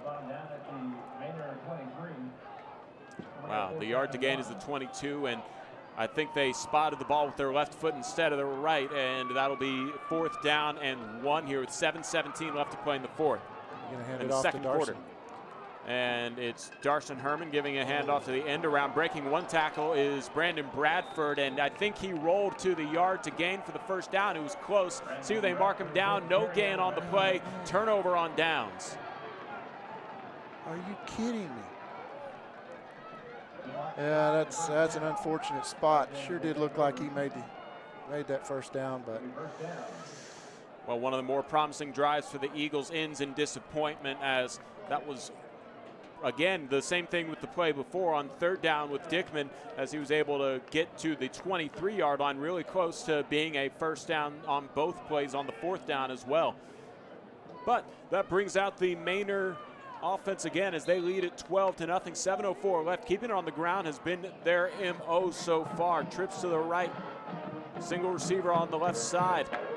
Benford goes in motion, but it's a handoff to Joyner. He follows his right tackle around the right end, and he has room to run across the 40 to the 50, down the 40 to the 30. Nobody in front of him, and he gets in the end zone for the Manor touchdown, and that will be a 72-yard run as the Eagles, 77-yard run as the Eagles couldn't get the 1st down because of what we assumed to be close to be a bad spot. Coaches were arguing that was a 1st down, and then all of a sudden the first play of from scrimmage, they take it 77 yards. Last week we got burned by Ryder Hernandez passing. This week we're getting burned by Manor's rushing. So Manor a tale of 2 offenses. Yeah, Manor hasn't done too much there with their offense in the air game, but the pass game, but they do have a lot of run game here, and a timeout on the field called by the Eagles as the Mustangs have gone for 2-point conversions both of the previous touchdowns, and now I think the Eagles want to talk things over here as they don't want to give up a 2-point conversion down 18. What's difficult, Carl, is that the Georgetown defense has been on the field this entire first half. They have not really had much of a rest. They had a little, Georgetown Eagles offense had one little drive there that had a little success. But when your defense is on the field and chasing these kids up and down the field and those little run plays all over the place, that's going to take a toll on your defense. You really would like to see Georgetown put together some long, sustained offensive drives to let their defense sit on the sidelines and get a break.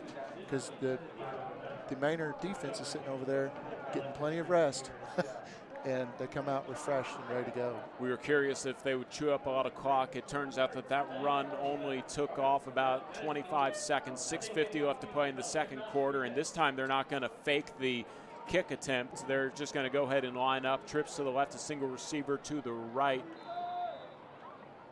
And Joyner in the backfield with Holt. Holt sends a man in motion. That's Benford. Benford gets it on the end around, trying to turn the corner at the 7-yard line, and he makes a man miss into the end zone for the 2-point conversion.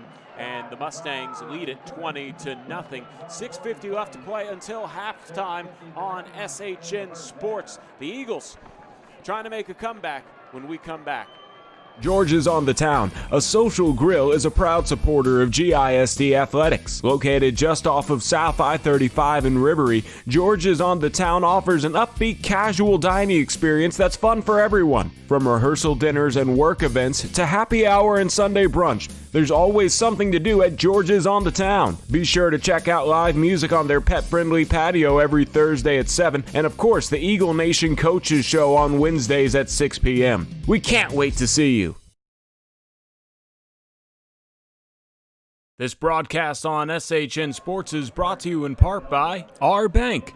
You belong here. We take the time to listen to you and your financial needs and desires. All right, we are back here at Brokelbach Field at 6:50 left to play in the second quarter, and the man without a name will kick it off for the Manor Mustangs. It's taken by Nate Denny at the 22-yard line, and he gets a man missing, crosses the 30 before he is brought down at the 37-yard line. Denny is impressed this evening in his first game with the Eagles after getting the hardship waiver cleared by the UIL. He came from Oregon, where they are having no sports this year apparently on the high school level. So it's good to have the Yale commit here with us and finally playing out here. 1st and 10 for the Eagle offense. They got some work to do, down 20. Yeah, they do. It's good to see Denny playing, like you said.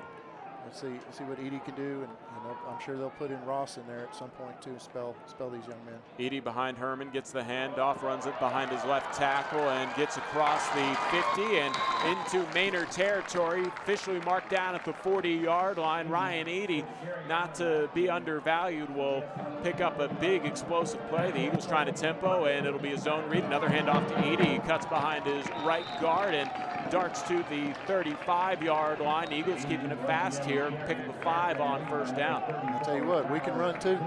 It was a borrow from borrow first down just a few moments ago. Trips to the right, a single receiver is the tight end on the left, and a handoff to Edie. Edie gets past the line of scrimmage and picks up a few yards to the 32-yard line, and all of a sudden it's 3rd down. That's very quick here with 6:02 left to play in the first half. Might want to pipe that crowd noise down just a hair. Yeah, and I saw Edie, the way he was running with purpose, but he's also had 2 hands on the ball. He's not going to fumble that ball again. 3rd and 2. Eagles at the Manor 32-yard line.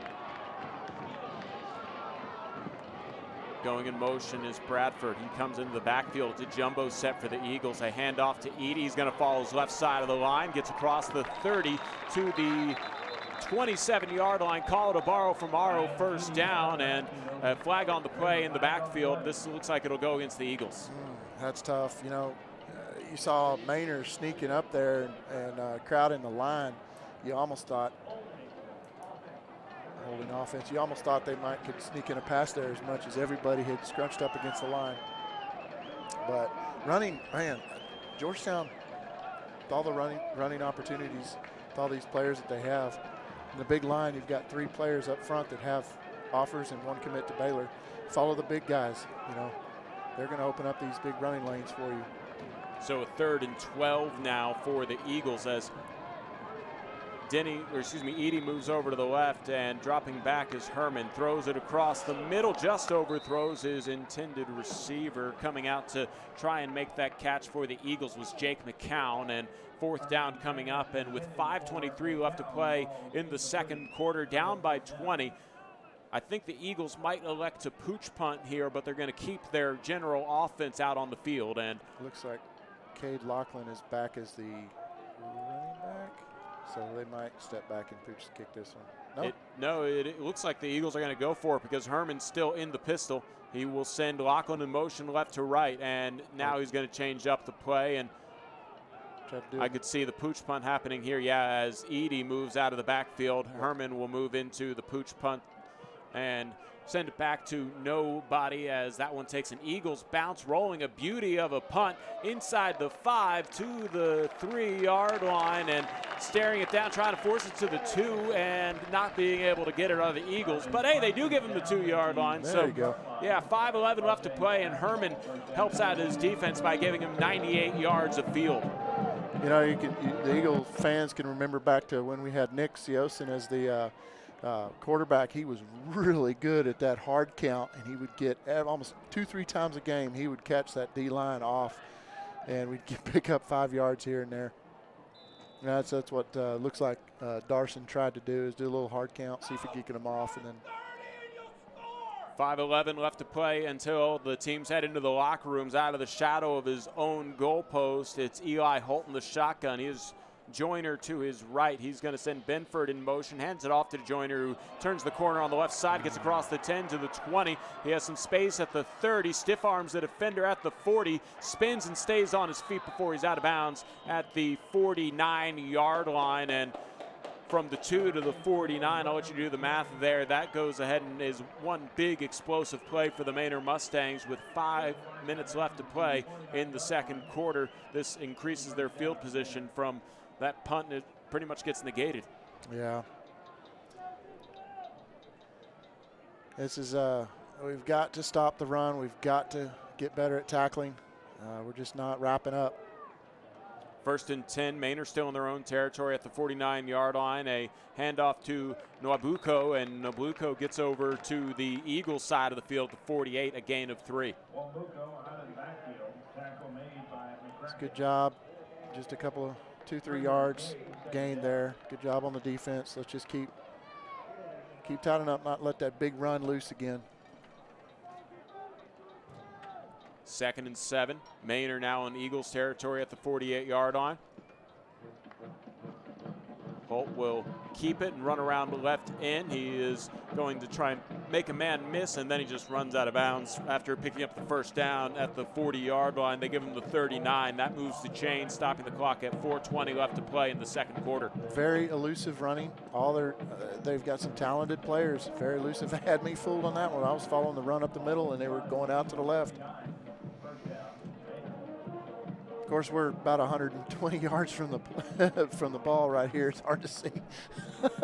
Chester, Benford, and Nwabuko, the 3 on the right. It's Joyner and Holton the backfield. Holton the shotgun has Collins isolated on the left side, and a handoff to Joyner. He follows his right side of the line, has some space as he crosses the trenches, picks up the first down and more across the 20 to the 15-yard line and down at the 10. And he's actually inside the 10, I believe, is where they'll spot him. And just as sophomore Quentin Joyner, you're going to be hearing his name a lot. Yeah, he shed 2 tackles and then took off, and we had an Eagle drag him down. Thank goodness. Touchdown saving tackle. This is tough. At some point your defense, 3:52 remaining, they need a break. Trips to the right. It's Chester leading to the right of Benford, and now Nwabuko goes in left to right in motion. It's a handoff this time to the running back and into the end zone for a first and goal touchdown for the Manor Mustangs, getting his first touch of the evening. Ike Isawane, and Isawane picks up the 4th touchdown for the Manor Mustangs in the first half. They have not gone for the point after attempt the traditional 1-point way, so it has been a 2-point conversion every time. They converted one of 3 first down conversions I beg your pardon, 2-point after 2-point conversions. And now they're going to go for it again on this 4th touchdown. You know, I'm not surprised. They're, like we've been saying all night, it sounds like a broken record, but the running game is working, and they're probably going to run this one in. I would not expect to see a pass. Avery Marshall's in the backfield as the running back, and a delay of game. Second time they've had a delay of game on the point after attempt for Manor. 3:36 left to play. That doesn't affect the clock, obviously, but it does affect where they are on the field. Backs them up to the 9. Yeah.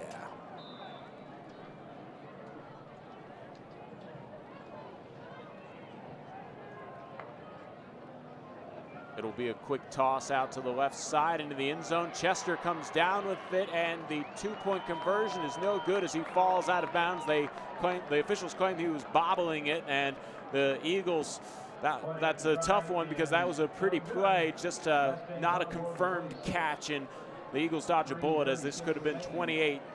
Instead, it's 26-0, 3:36 left to play in the first half. We'll be back in a moment on SHN Sports.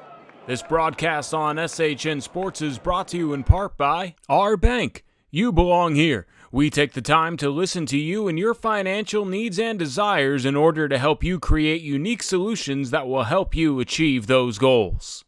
These broadcasts on SHN Sports are made possible by advertisers like these. If you would like to promote your business while also making an impact in the community, email Carl at shnsports.com for more information about advertising opportunities.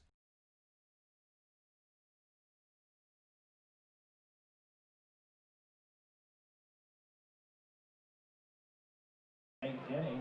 26-0 your score. The Eagles trail the Manor Mustangs. 3:36 left to play in the first half. It's Nate Denny and Brandon Bradford back deep to receive this ensuing kickoff after the 98-yard scoring drive by the Manor Mustangs. And the man without a name who's kicking tonight will squib it for the Mustangs, and it's picked up on a roll by Denny. Denny takes it to the middle of the field, tries to follow his blockers to the left side, gets across the 30 to the 35, tight ropes the sideline, cuts back to the numbers, and he gets free across the 40, trying to find a block at midfield, and he gets across the 30, gets to the 20. He's trying to beat one man at the 10, makes the stutter step at the 5, and he's down to the 4-yard line. That young man is talented, Carl. He was shifting all over the place, eluding tackles, and there's a flag.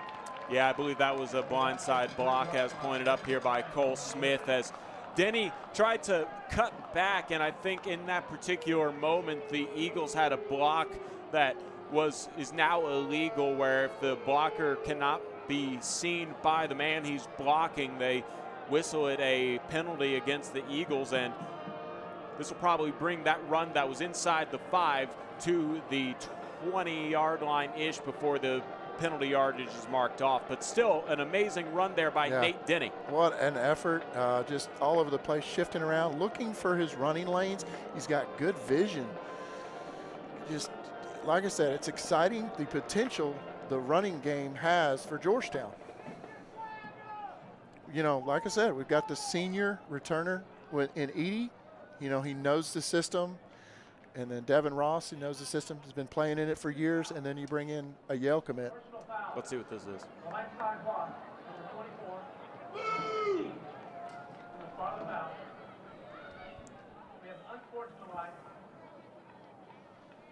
Sideline contact by Manor.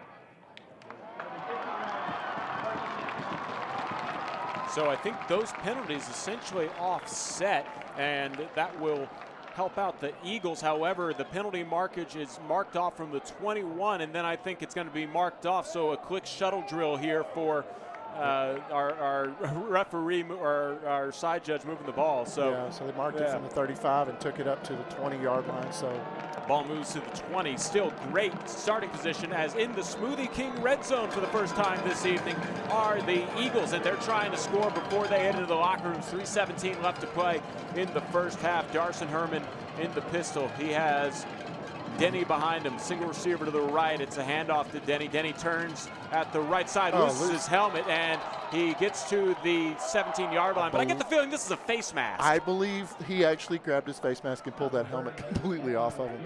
But you could hear the rumble in the stadium as the Eagle Nation is coming alive, very excited about our field position and the opportunity to put some points on the board before the half. A lot of support from Eagle Nation. Denny does not have to leave, as that was a face mask that took off his helmet. At any other situation, losing the helmet requires to sit out of a play. That was Edie that just ran off the field.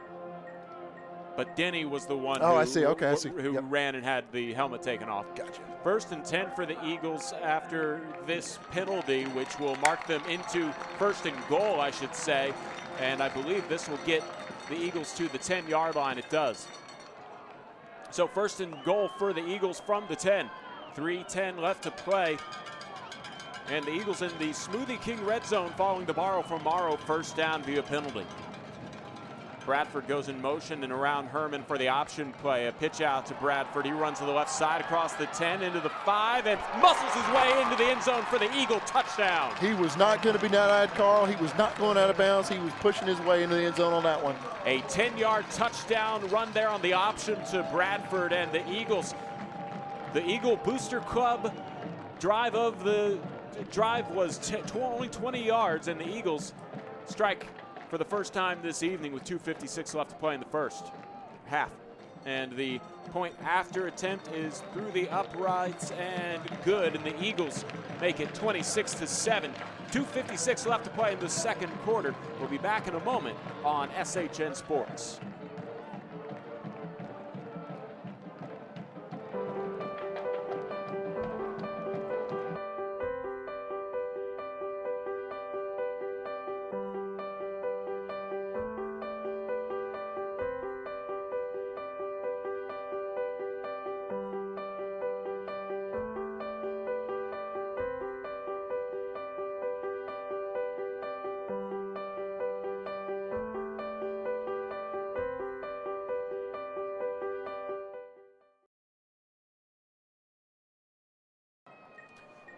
.256 left to play in the first half. The Mustangs lead the Eagles 26-7. However, the Eagles get their first touchdown of the game on a 10-run option play by Brandon Bradford. And now the Eagles ready to play some defense here and see if they can get the ball back, or if nothing else, keep this score going into the locker rooms. A lot of credit goes to Denny for his great run back on that kickoff to set up that scoring drive for the Eagles.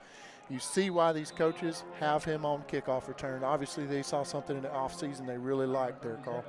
Carson Salceda, who just kicked through the point after attempt, will go ahead and take a very short 2-yard charge at an angle here, and he has quite the powerful leg, sends it to the 20-yard line where it is taken by Nwabuku, and he gets across the 30, and he's stuffed at the 34-yard line for the return of about 10 yards, and 2:50 left to play in the second quarter. The Mustangs lead the Eagles 26-7, and they're taking the field, and they have been running the ball for the most part. They have, I'm looking for timeouts left, 2 timeouts left, and the Eagles have 2 timeouts themselves. So a team that has not been passing too much this evening might go to their passing offense for the first time. 1st and 10 from the Manor 34-yard line. Holton the shotgun. Joyner to his left. 2 receivers on both sides. Nwabuku goes in motion right to left, but it's a handoff to Joyner, and Joyner is brought down by Emmanuel Obina from behind after picking up about 4 yards. Call it 5 out to the 39-yard line. You know, maybe they scouted Georgetown really well and thought, hey, they've got a lot of experience in their backfield. We really should not be dinking the ball out there to them because they're probably going to get picked off. You know, let's keep it on the ground against and burn the clock. 3 receivers on the left side, and now coming in motion is Benford. A quick screen out to the left side, caught by Chester, and Chester is angled out of bounds by Aaron Bazell at the 42-yard line, and a gain of about 4 on the play will bring up 3rd and 2. And it stops the clock. So that's does stop good. The clock at 2:16. So if we can stand up tall here and get a good stop on them, they've got trips out to the right. Let's see if we can get this stopped. 3rd and 2 here. Holding the shotgun. He has options here on the zone read. There's a fumble, and the Eagles hop on top of it. I believe that was Noah Maidlow who came up with the football, and the Eagles will have great field position at the 39-yard line. Outstanding. What luck. We needed that. We've got 2:10 now to go down the field. And Obina is the one getting celebrated there by Hunter Springer. The two of them were in on collecting that fumble, and the fumble recovery goes to the Eagles. We were just talking, Carl, on the break. Come back. We were down 27-7 against Belton at the half. Let's start the comeback early. Well, the Eagles do have a 19-point deficit to overcome, and this would be a help. With 2:10 left to play in the first half, it's an empty backfield for Herman. He's going to motion Bradford a little bit closer to the slot. He'll drop back for a pass. Herman scans the field. Under pressure, he rolls out to the right, throws down the right sideline, completed by Bradford to the 20, down to the right sideline, out of bounds inside the 10. A flag on the play, as when Herman sort of evaded a tackle, I think there was a hold, and that will back up the Eagles, negating this first down. Yeah. Took a little bit of time to develop, and a little bit of holding there on the O-line. They say you can call holding on every play, but in this particular case, they probably couldn't allow it, as Herman escaping the pocket was probably the difference of that hold. Still an opportunity for a 2-minute offense. You got 2:01 remaining in the half. They're still on Manor territory. Eagles from the Manor 49-yard line, 1st and 20. Herman with the option play. Pitches it out to Denny, and Denny crosses the 40, finds space at the 35, crosses the 25, stays on his feet inside the 15, and down inside the 10. Nate Denny has been explosive for the Eagles tonight, those fresh legs in his first game of the season. Ladies and gentlemen, we're so excited that you're watching on the stream, but to see that man run in person is something else. 1:45 left to play in the first half here, as the Eagles will actually slow things down, go into a huddle. 1st and goal from the 7 for the Eagles. My goodness, he was able to elude some tackles and just shift it around everywhere and power running. But he's got moves. 1st and goal from the 7. Herman's going to keep it after he fakes the handoff to Denny, gets inside the 5, into the end zone. Touchdown, Eagles. Yes, sir. Good to hear that horn. Good job faking everything, faking everyone out, going around to the side, doing what big Darson Herman does. The Eagle Booster Club drive recap is the Eagles started at the 39-yard line after the fumble recovery. Were backed up because of a hold, still took it 49 yards in 2 plays for a touchdown, and then the point after attempt is good by Carson Salceda. Minute 19 left to play until halftime, and the Eagles trying to make a comeback, down 26-0, have scored 14 unanswered. 1:19 left to play until halftime. We'll keep it right here on SHN Sports. Tell you what, yeah, you're getting to see the replay of that touchdown by Darson on our video now.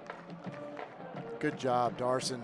6'4", 220. 220. He's just a junior.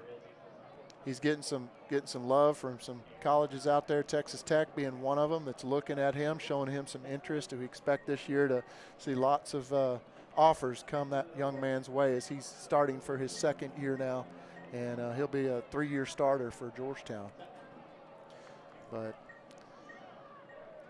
it was good to see the stadium coming alive on that defensive play where he fumbled the ball. The Georgetown Eagle fans were stomping their feet on the stadium, and it gets so noisy and so ruckus. Even with COVID, there's a great number of people out here, well social distance, doing their part, and they made enough noise, I think, just really gave that quarterback a hard time, and, you know, made Birkelbach feel a little intimidating.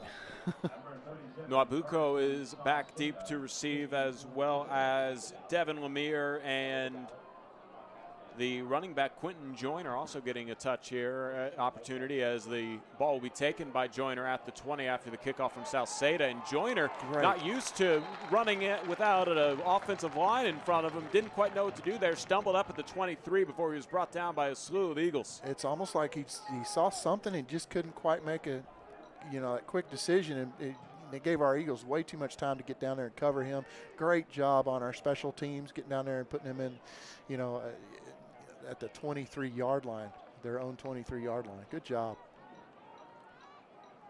Chester as well as Collins on the left side, and Binford and Nwabuko, the receivers, on the right side. 1st and 10 from the 23-yard line. A pass for Eli Holt, and he completes it to Binford at the 32-yard line, a gain of 9, 1:06 left to play. The clock keeps moving as that was completed within the yard to gain and in the field. They act like they wanted to go tempo, and they slowed it down waiting on the sideline play. 2nd and 1 from the 32-yard line.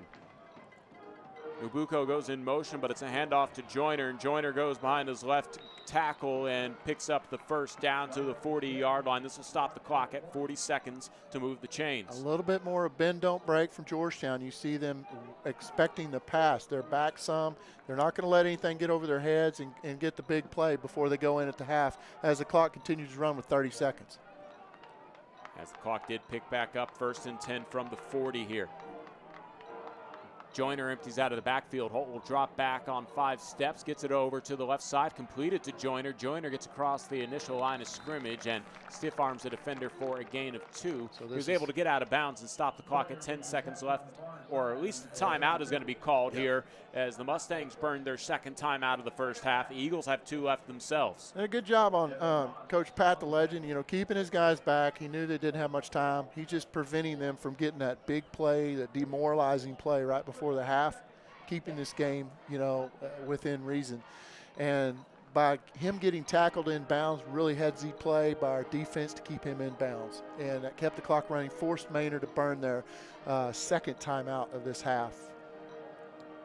Only 5 seconds left here, so you would imagine this is going to be a shot in the end zone for the Mustangs after they burned their first timeout, perhaps even a trick play they've worked on to confuse the Eagle defense. They do give them 10 seconds. I beg your pardon. I knew there was more time than 5 seconds. 10 seconds left here. It's second and 8 here from the 42-yard line. Holton the shotgun.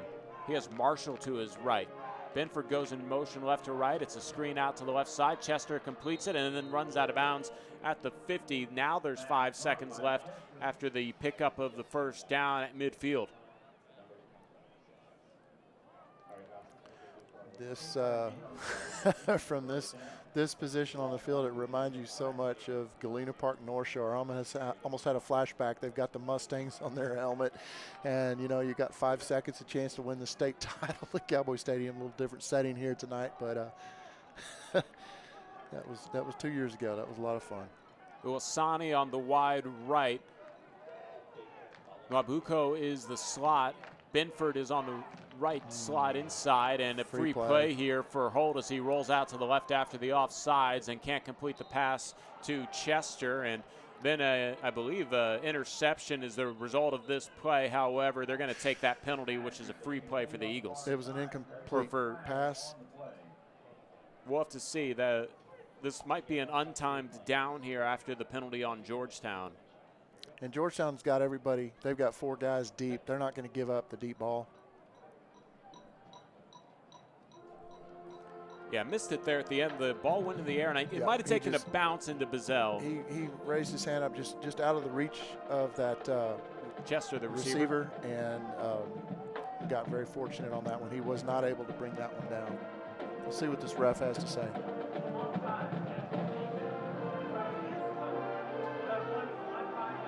One untimed down, okay. Yep, it'll be one untimed down here, and they get another chance with a 5-yard push up to the Eagles' 45-yard line.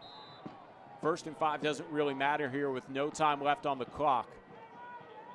Holt throws it out to Benford on the right side. He has a lot of room to run as the Eagles were backing off. He hurdles a defender but runs out of bounds after the jump, and that'll be the final play of the first half.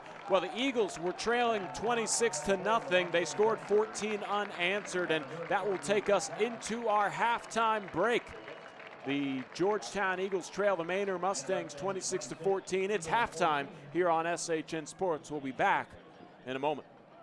Hey, it's Chip from Hewlett Volkswagen. It's that time of year for fall, football, and family. And our family has been making it easy on your family for almost 20 years, like with our new Express online shopping tool, where you can find the perfect Volkswagen fit for your life and budget. This month, save $3,600 on a new 2020 Jetta S. You can drive away in a brand new Volkswagen for under $20,000. We have a lot to choose from. Hewlett Volkswagen, off I-35 in Westinghouse, or see for yourself at hewlettvw.com.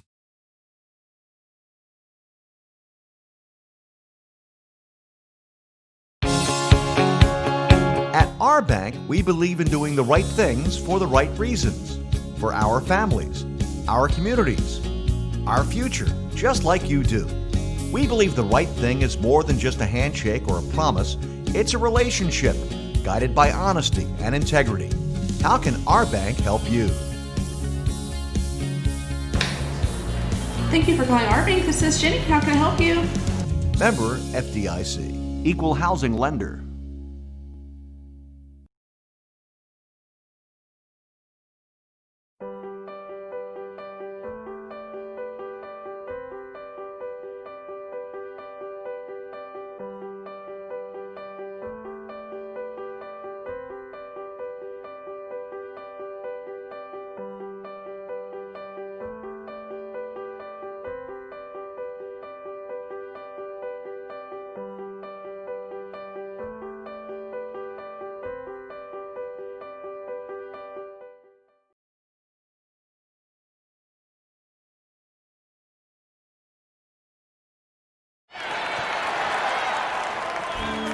Now that's the sound of Eagle football. While the Eagles deliver on the field, Extraco delivers off the field. Whether it's opening up a small business, growing your business, retirement, or something simpler, we'll work with you to make it a reality. Let's build some dreams. To learn more, visit extracobanks.com. Extraco Banks is a member FDIC.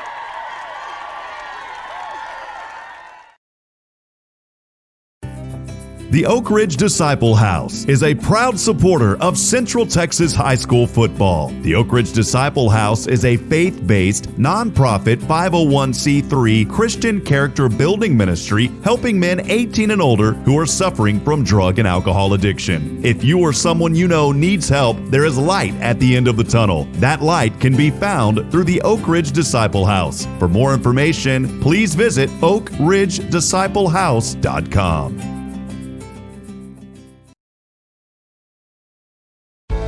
Hey y'all, this is Michelle with Schlotzsky's. I've been here since 1997 when we opened our doors right here in Georgetown. As a lifelong resident that is dedicated to this community, I am passionate about our customers here in Georgetown. At Schlotzsky's, we make our buns fresh from scratch. We fuse aged traditions with chef creations. Our employees have over 60 years combined experience in crafting the most savory sandwiches. Satisfy your hunger with the 13 ingredients that make up the famous original sandwich. Schlotzsky's, lots better.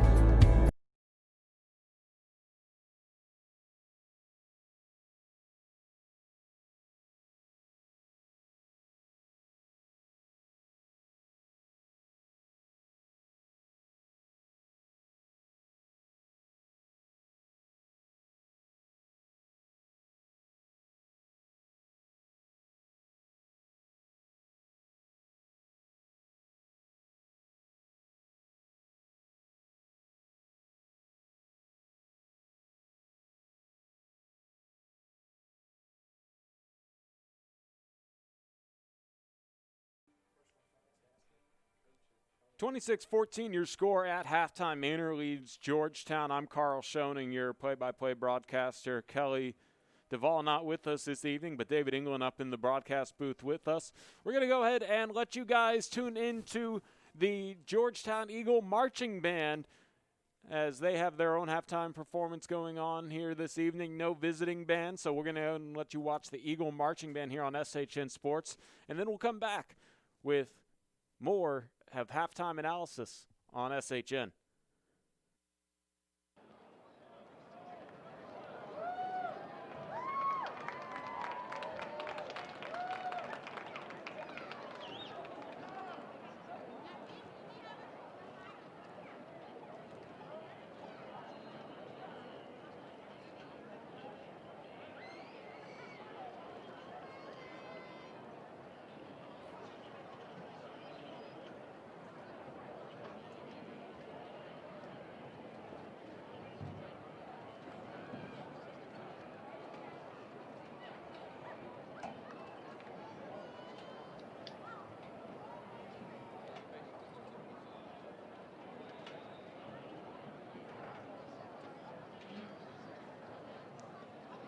Folks, we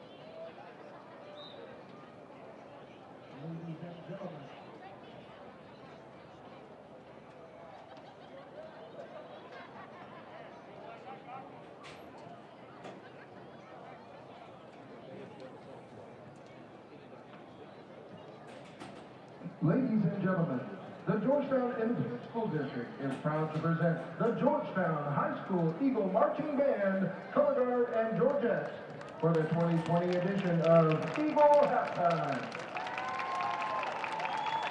The Georgetown Band would like to thank our generous sponsors, Private Texas Irrigation and Landscaping. Visit them at irrigationtexas.com. A&B Pools. Visit them at andbpools.com. Century 21 Realtor, Kimberly Wolf. Visit Kim at wolfrealestateteam.com. C.D. Bradshaw and Associates, PC. Visit Carrie at cdbradshaw.com. Thank you, sponsors. The Georgettes would like to thank their sponsors, Mark Morales, attorney, and McCoy's. The Jets would also like to thank the Booster Club and board for all their hard work. Grace and Molly, thank you for always working so hard behind the scenes. You're amazing managers. Thank you for your support.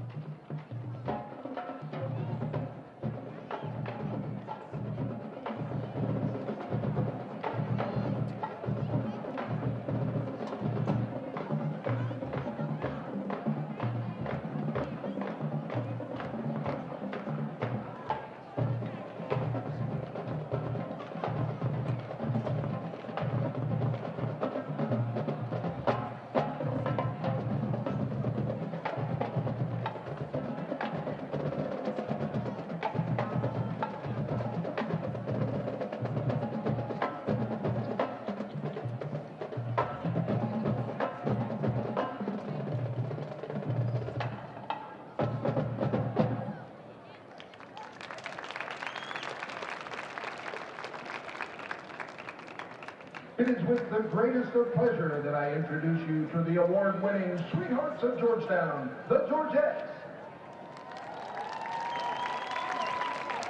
The Georgette officers are Lieutenant Hannah Kate Seaback, Lieutenant Lily Mae Dockery, First Lieutenant Amelia Federico, and in the center, your 2021 Georgette Captain, Miss Brooklyn Ivy. Social of the week is Ariel Skelton. Officers' choices of the week are Hannah Parkman and Aspen Schiefelbein. The Georgettes of the week are Madeline Goodman and Katie Wrighties. The Georgettes would like to dedicate this performance to all the breast cancer fighters and survivors, as well as their families. Memories of our loved ones stay with us always.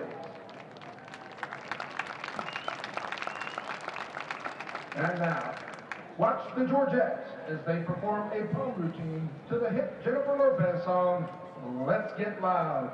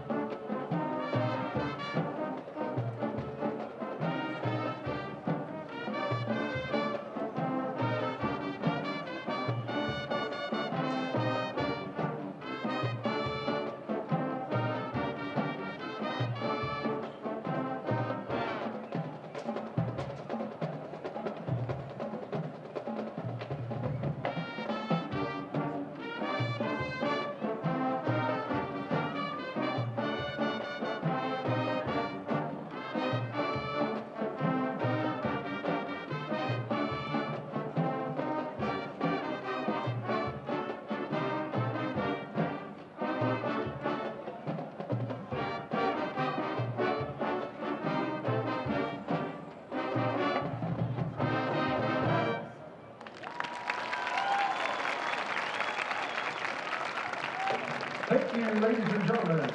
The Georgettes are under the direction of Miss Vicki Potter.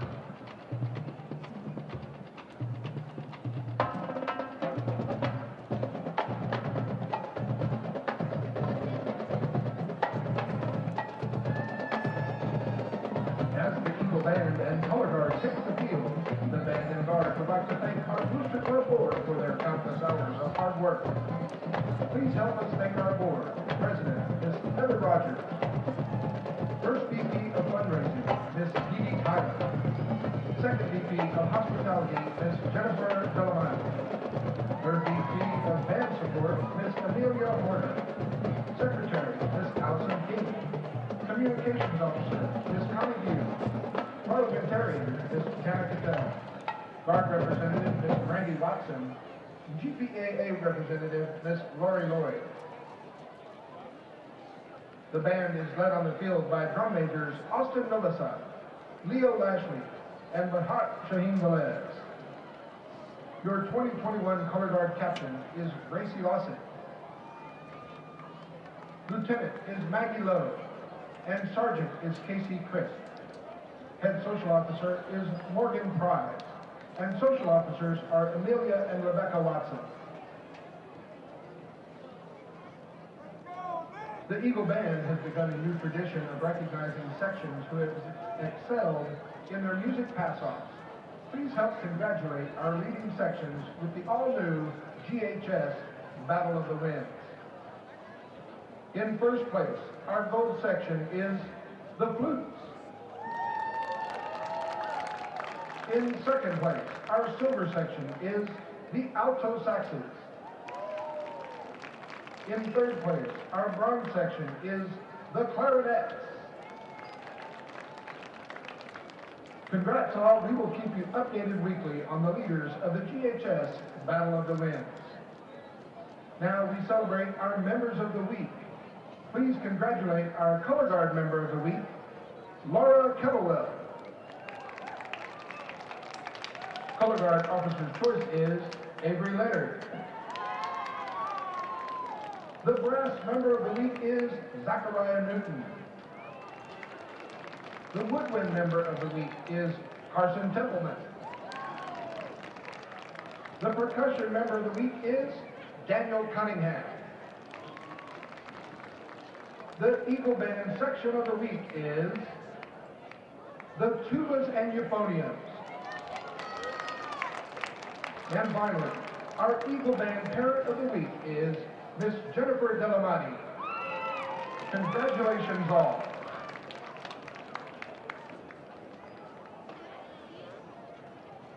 The Georgetown High School Eagle Marching Band and Color Guard will now perform the first and second movements of our 2020 competition show, EFND.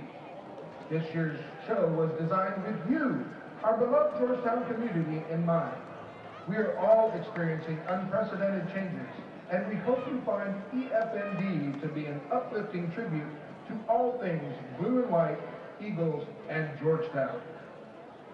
The band would like to dedicate tonight's performance to our band boosters and board. We love you, boosters.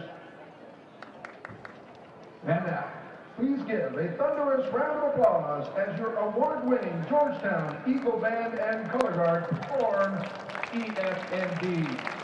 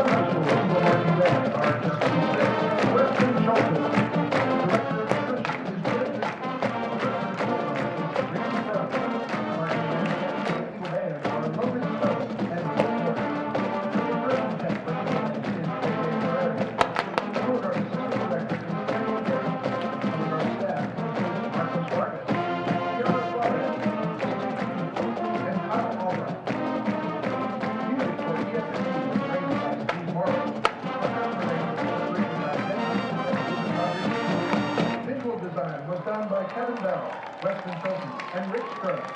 Color guard choreography was created by Rick Scruggs and Casey Kunze. The Eagle Band would like to thank our Superintendent of Schools, Dr. Fred Brandt, and the principal of Georgetown High School, Mr. Brian Johnson. We would also like to thank our fabulous Fine Arts Department staff. The GISD Director of Fine Arts is Miss Carol Watson. Administrative Assistant for Fine Arts is Amy Holmes, and Fine Arts Secretary is Gretchen Parker. Now, let's hear it for Coach Griffin and our Eagle football team in the second half. And remember, Eagle fight never dies.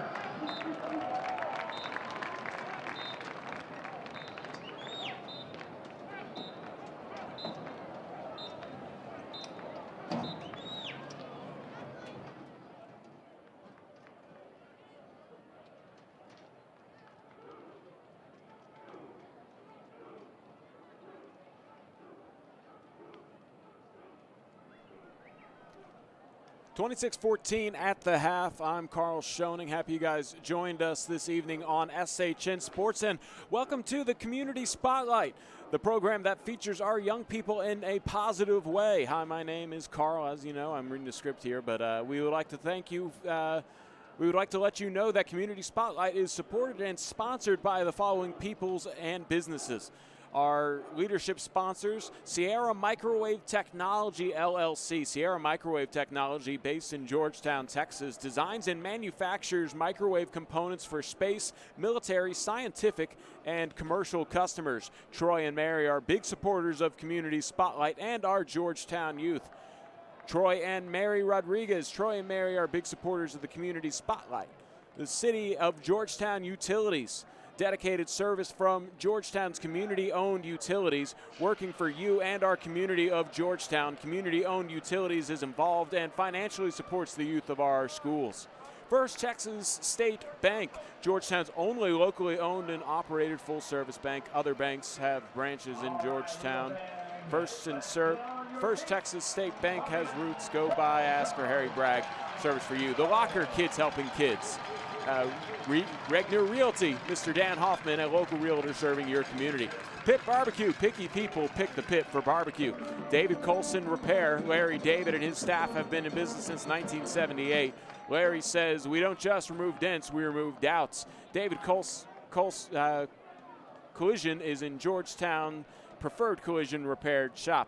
And Rhonda and Bill Farney. Last but not least, we want to give a big thank you to Dale Hoffman, Troy Rodriguez, Dr. Bill Farney, Dr. Ted Coy, Jim Briggs, Stan Malden, Curtis Hoffman, and other many volunteers that make our Community Spotlight possible every week.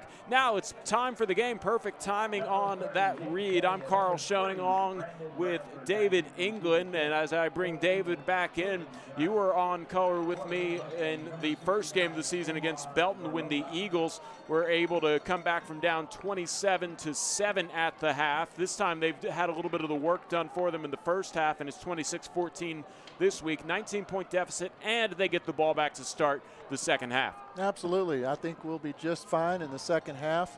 You know, our defense got a little bit of a break there as the unknown kicker is teeing it up.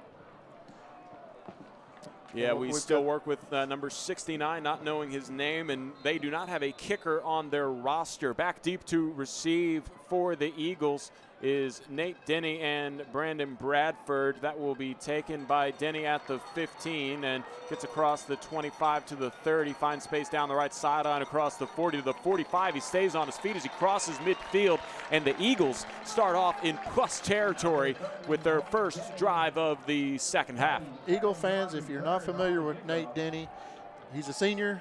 Look up his account on Twitter, and he's got a huddle video. He's also a wrestler. That's why he is so difficult to tackle. He's a running back unlike anything we've seen here at Georgetown. So starting at the Manor 49-yard line, Darson Herman and the Eagles will start at the Manor 49 with 2 men in the backfield, 2 receivers to the left, a single receiver to the right. Herman will fake the handoff to Edie, keep it around left end himself, gets across the 45 and is tripped up at the 43-yard line. The tackle made by Manor's Devin Lemire, who plays both ways. The outside linebacker gets a stop after Herman picks up 7 yards. Great read by Darson to pick up on that linebacker coming down on him, and he just grabbed that ball and took off. 2nd and 3 here for the Eagles at the Manor 42-yard line. Herman with 2 men in the backfield with him.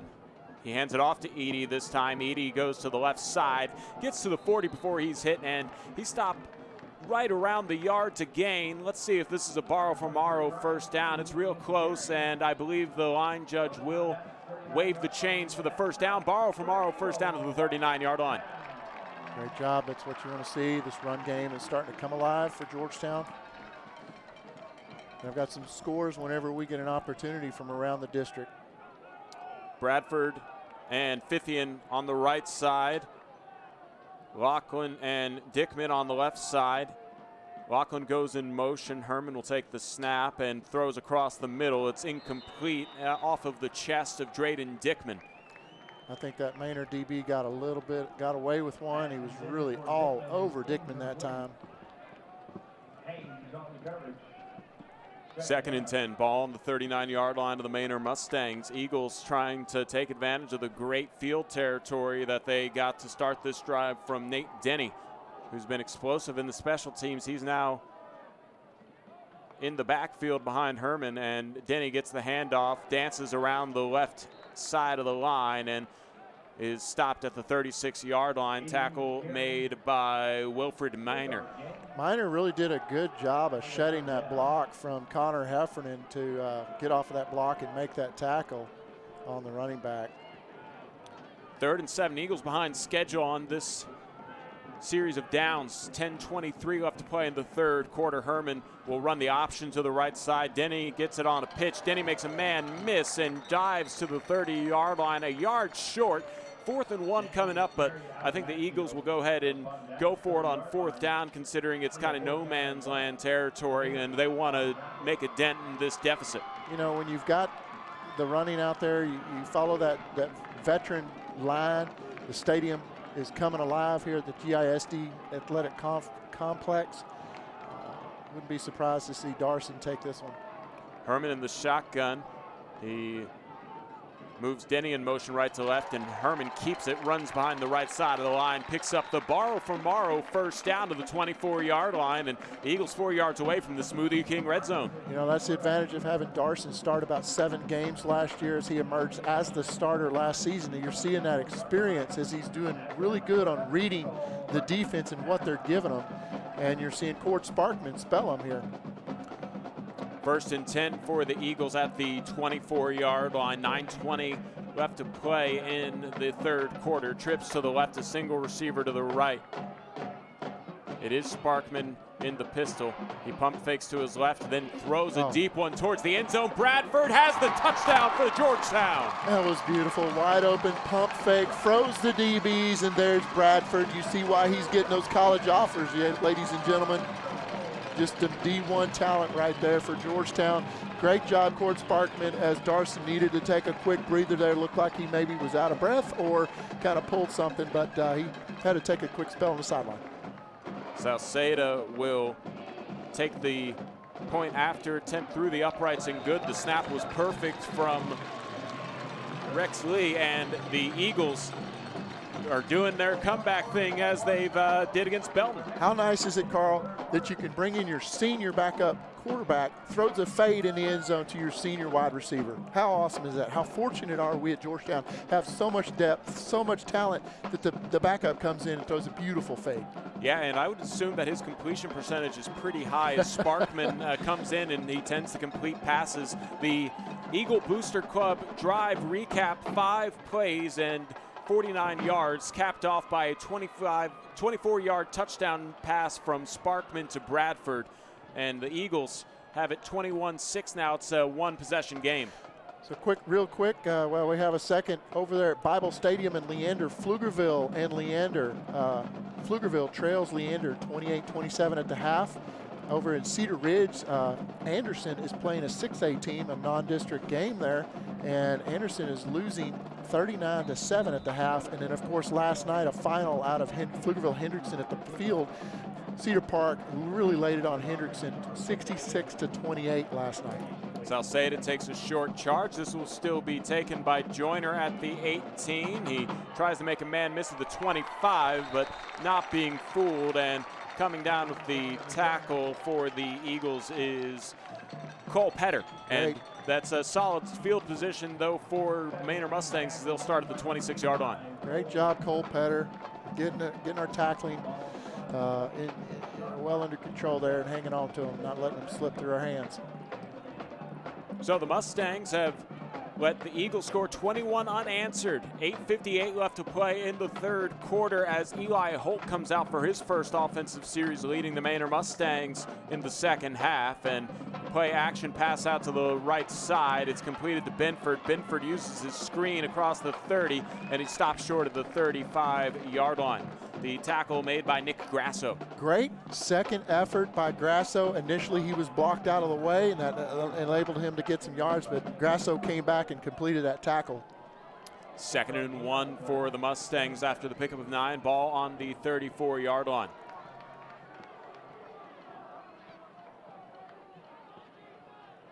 A handoff to Joyner, and Joyner just ducks his head behind his right guard to pick up the first down as they move the chains, and the new line of scrimmage at the 37-yard line. Call it the 36-yard line. So I see number 2, Andreas Langhorn, is back in the game for the second half after missing a little bit of the first half here. And that's a big help to the Eagle defense. 1st and 10, ball at the Manor 36-yard line. A quick pass out to Nwabuko, and Nwabuko, who does it out of the backfield and out in the flats, completes the pass catches the pass and gets the first down, gain of 11. Ladies and gentlemen, the student section is hyped right now, and I don't know, but they're jumping up and down, and the booth is rocking about the same tempo. If you've never been up here when this booth is rocking back and forth, it's a little unnerving here at the Blue Monster. 1st and 10 from the 47-yard line. Manor still in their own territory. Bit of a triple option style plays. Joyner bounces outside of his left tackle and picks up 9 yards across into Eagles territory. He's stopped at the 44-yard line.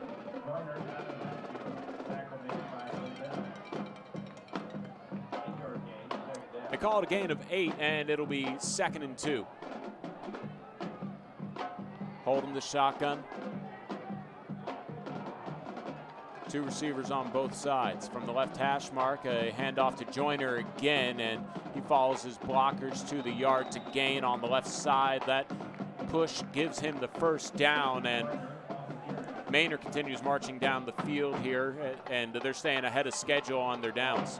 Down by 5 points, 7:14 to go in the third. You really want to see our defense, what kind of adjustments they made at the half. Let's see if our defense can stop this Manor run game right now and shut them down and get the ball back and get some rest. Collins in the slot on the right side. Binford walking to the far right side.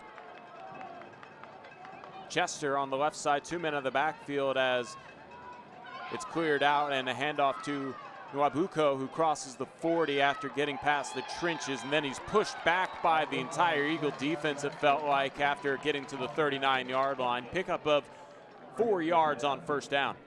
You know, it's been told by several coaches that Georgetown, you know, that you see a lot of silver helmets move pretty fast to the ball. They do have very good pursuit, a lot of them seniors. Very few underclassmen on this team starting. Almost 3 minutes taken off of the clock here from this Manor drive. A play action pass out to the right side. Binford had to go out of his hands, and making the solid defensive play was a combination of Dre Langhorn as well as Nick Grasso just locking up that right side of the field. And that's that same play that Grasso got blocked out on a little while ago back there at the 25-yard line. And, you know, that time you saw Dre came in there and helped him out. 3rd and 6, ball on the 39-yard line. Binford and Collins on the right side. Nwabuko goes in motion, but the handoff goes to the back, who takes it to the right side of the line, and Ike Isawane with the carry will make this a 3rd and manageable. Well, actually, it brings up 4th down, I beg your pardon. And so we're just out of the backfield. They'll start him down at 36. So as we've seen all evening, the Manor Mustangs refuse to punt in this general area. So 4th and 4 from the 36-yard line. That's what I'm talking about, Carl. The stadium is coming alive now, making some noise. Trips left out of the shotgun. Holt sends Binford in motion, a screen out to the right side, and a flag will stop this play as it looked like Bazell blew up a screen play. It would have gone incomplete, but a false start backs up 5 yards. And man, the Eagles are mad that the officials stopped that play, but it looks like for the first time this evening, the punting unit's coming out for Manor, and they won't go for it on 4th and 9. Would you see a sneak here, Carl?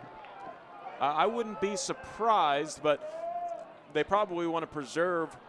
Where's their punter? No, it doesn't look like they're doing the punter. It looks like they kind of faked it. Lachlan is back deep to receive the punt at the 10. They're calling for him. They're like, hey, dude. There is no punter out there. They might have to burn a timeout here, and the Mustangs would be furious if they had to do that. Here he is trotting on out, and the play clock at 19. They have plenty of time. Okay, 2 of them ran out there. 2 ran out there. And now they're running back off the field. Who's punting?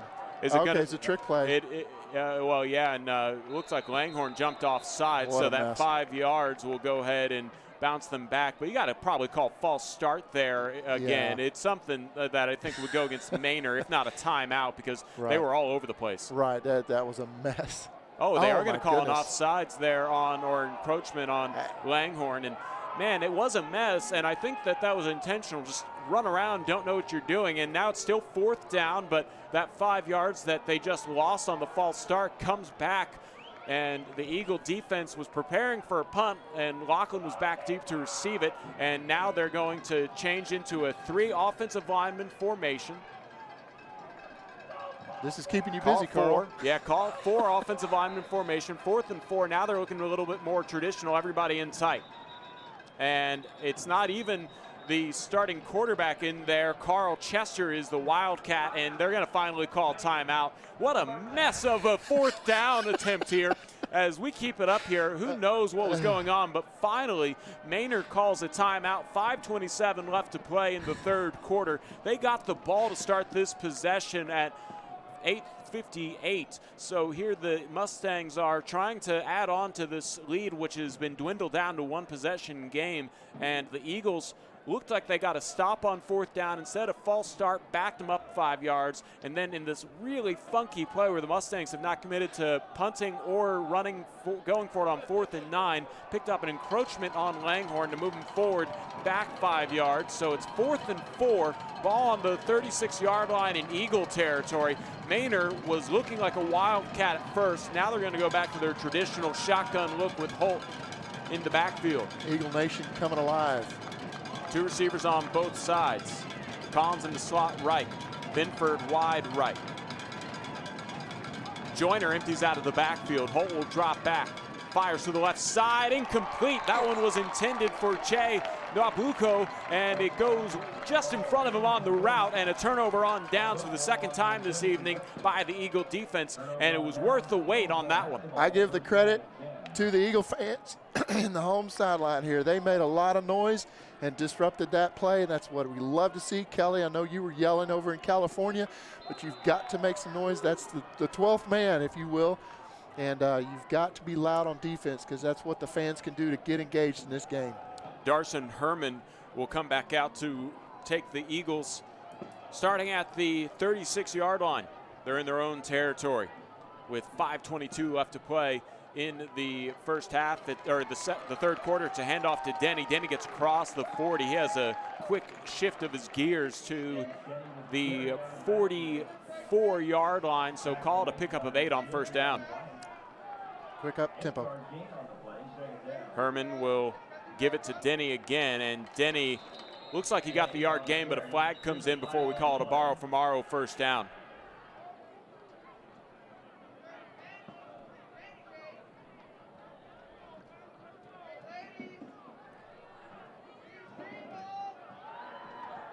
Officials trying to talk things over, but I think this might go against the Eagles.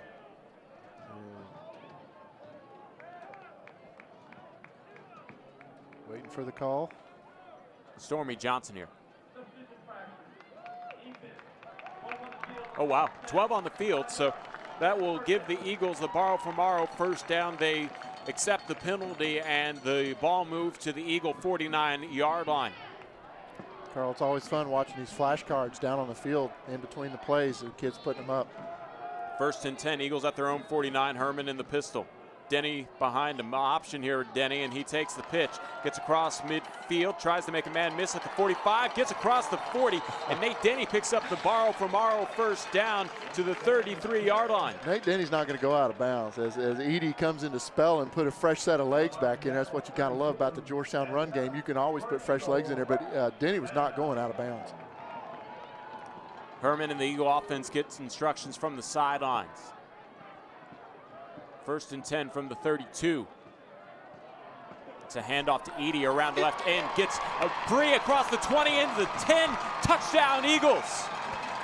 Yes. Nate Denny sets him up, and then Ryan Edey finishes him off. The Eagles have taken the lead 27-26. Folks, I know y'all are sick and tired of me hearing it and preaching it, but the run game for Georgetown is where it's at this year. I mean, we can run the ball at will. We have 3 amazing running backs, and then you add the quarterback, and we can run any time we want.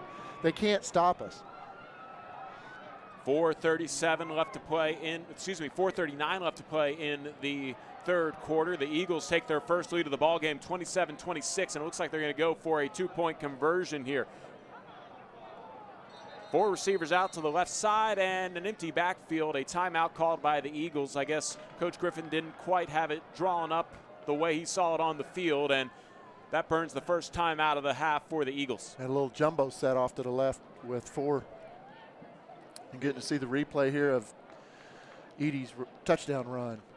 The Georgetown Eagle Booster Club drive recap. The Eagles started at their own 36, and with a combination of Nate Denny and Ryan Edey, they take it all the way into the touchdown. They did not need to go into the Smoothie King red zone, as the Eagles have had explosive plays really help them out. And let's not also forget, Nate Denny has been setting him up on the special teams as well, as that was a turnover on downs to start this drive, but Denny's probably been the breakout player of the game. He has, and 80 that time, you see why we're so high on him. He's been in the program forever.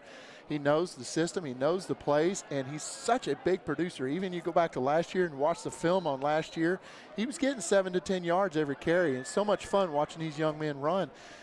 They're just incredible running backs for Georgetown. And, you know, a lot of credit goes to the big hungries up front. You know, they're opening up all this stuff. Good play calling. 2-point conversion here for the Eagles, and 2 men in the backfield with Herman, Dickman, and Denny.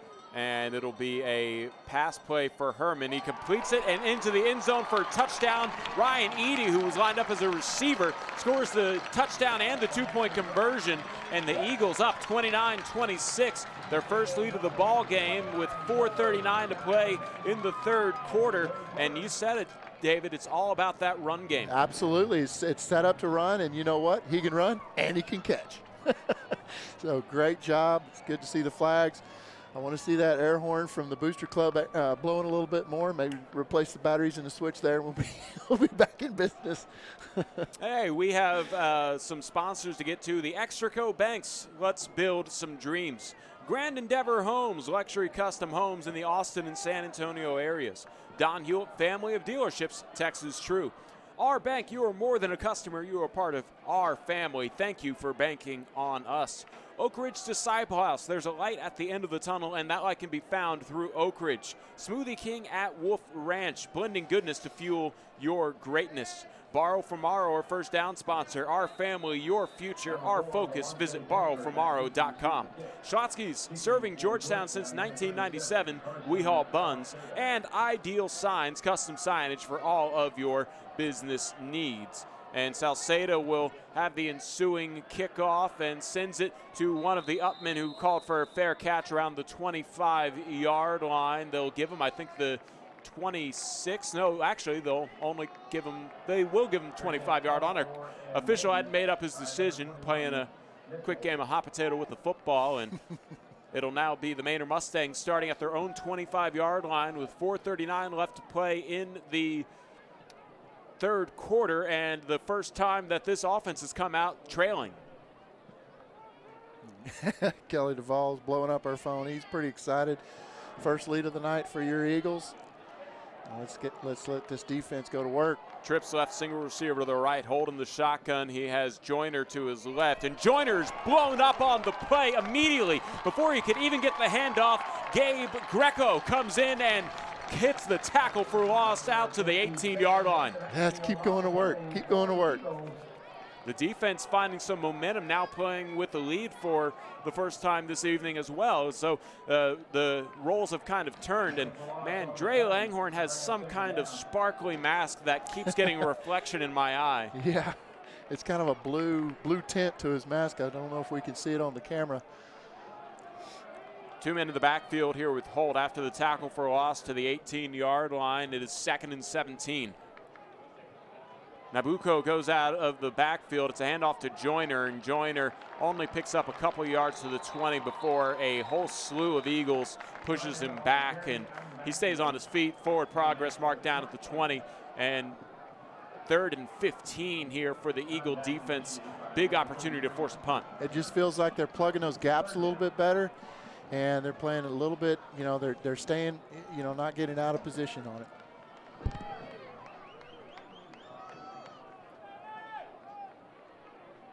Third and 15 with 3:21 left to play in the third quarter. Eagles looking to maybe get the ball back before the start of the fourth. Holt clears Nabuke out of the backfield, and then he makes the catch in the backfield, crosses the 30 to 35, tight ropes the sideline across 45. Flags come in late here, and let's see if this goes against the Manor Mustangs, but Nabucco picks up the big first down. Let's see what this flag's about. And it is against the Manor Mustangs, negating that run, and a big break for the Eagles right there, and a tough one for the Mustangs. That is a big break. You saw Nabucco with that speed. Once he hit that corner, he had his blocks out there in front of him, and he just took off. I missed what the penalty was. Did you see what it was, Carl? I think it was a personal foul, as I'm not quite sure who was the only Eagle back there, but it looked like he was being bullied by 2 players that were not involved in the play. So Either way, it'll be 3rd and 15. 3rd and 17, ball on the 18-yard line. Holt has to get rid of it quickly, throws it out to the left side. It's completed to Chester, and he's shoved out of bounds by Bazell, and that will be well short of the yard to gain. I don't think they're going to go for it on 4th down here. I don't think that trick play is going to work, since the Eagles know that their trick play is look like you don't know what you're doing. Yeah, you really need to bring a punter out at this point. You're exactly right. It would not be advisable to go for it. And it looks like they are setting a man back to punt, and we've got to get a guy off the field real quick, and we did. Yeah, the Eagles will have this one punted to them for the first time this evening. Just a no-step punt, but it's a beauty, and takes a Manor Mustang roll out at the 38-yard line, and that's where the Eagles will start this drive. So the Eagles at their own 38-yard line, playing the offense out there for the first time with a lead. That's good. They almost blocked that punt. I was watching there back behind, but, that would have been really cool if they'd have done that. But good field position starting out. It's almost like Denny ran the ball back already, because they're, up 3 points with 2:51 remaining in the third. Fundamental Georgetown football right now, folks. Herman in the shotgun. Nate Denny behind him in the pistol formation as the tailback. It's a handoff to Denny. He goes up the gut. He stays on his feet after initially getting hit. Give credit to the Mustangs, Jabarion White, for getting Denny at the ankles, but Denny still picks it up 3 yards. You saw they had a double tight end looked like that on their line. He was able to slip through there and make that tackle behind the line. 2nd and 7, 2 receivers on the right side, 2 men in the backfield with Herman and a tight end on the left as an extra blocker. It's a handoff to Denny. He tries to bounce it outside, gets across the 40 to the 45, and he is out of bounds in Manor territory. It's a borrow from Morrow. First down for the Eagles as they get to the Manor 47-yard line. Very nice. He's got that burst of speed. He's got that power and size, but he can break for a quick run. Eagles ready to go here. It's an option play from Herman. He pitches it out to Denny. Denny gets hit at the 45. It stays on his feet, bounces outside to the 40, and he gets the first down out to the 33-yard line, but a flag on the play. Denny is so shifty of a runner that I think he almost brings some holds into the game, and Coach Griffin's asking for some help from the officials on another play, maybe offset this penalty, but it looks like this will be solely on Georgetown. I tell you that he bounced off that defender.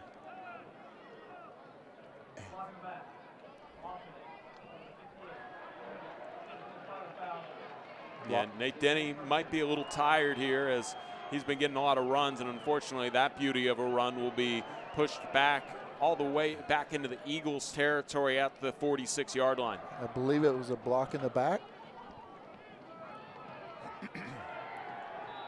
2:03 left to play in the third quarter. Herman sends Bradford in motion. Will hand it off to Edey, and Edey lowers his shoulder at the line of scrimmage, gets out to the 48-yard line before he was brought down by Wilfred Minor. Ryan Edey was carried.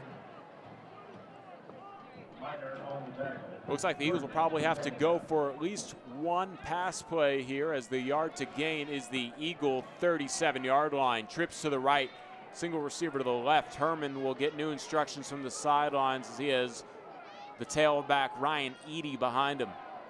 Edey goes over to his left. Dropping back is Herman. Passes to the right, it's completed to 50 and makes the catch at the 45. Back into Manor's side of the field and makes this a 4th and manageable if they elect to go for it on 4th down. And it looks like they are keeping the offense out. Oh, it's 3rd down. It looks like they're going to keep the offense in the air. You got a few yards back. It makes it 3rd and long, but it's still within reach.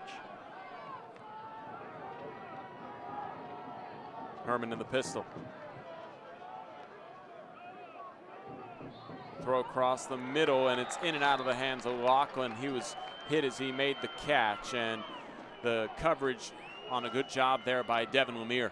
It looked to me, sure looked like he got hit before the ball was to him, but 4th and long. I guess you're probably going to be a pooch kick right here.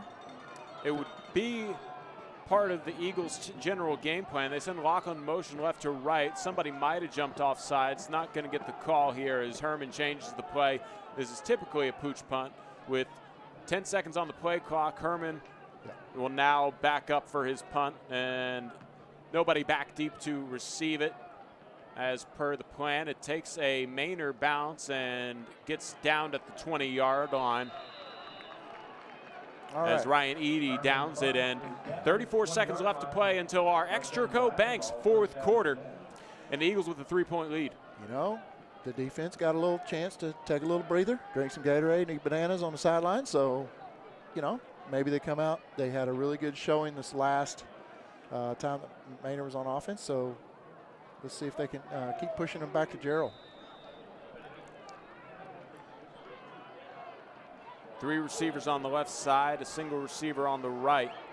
Joyner in the backfield with Holt. 1st and 10 from their own 20.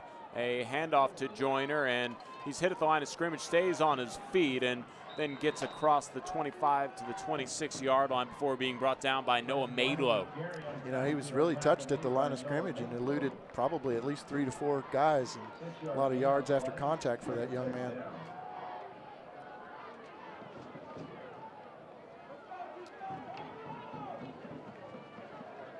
Three receivers lined up on the right side.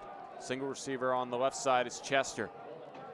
Holt in the shotgun will keep it as he runs around right end, and then he is just lassoed down by Emmanuel Obina.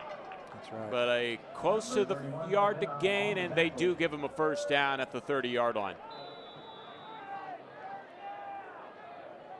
And that will be the final play of the 3rd quarter. So we head into the Extraco Banks 4th quarter. The Eagles lead the Mustangs 29-26. Buckle up. It'll be a fun 4th quarter here on SHN Sports. We'll be back in a moment.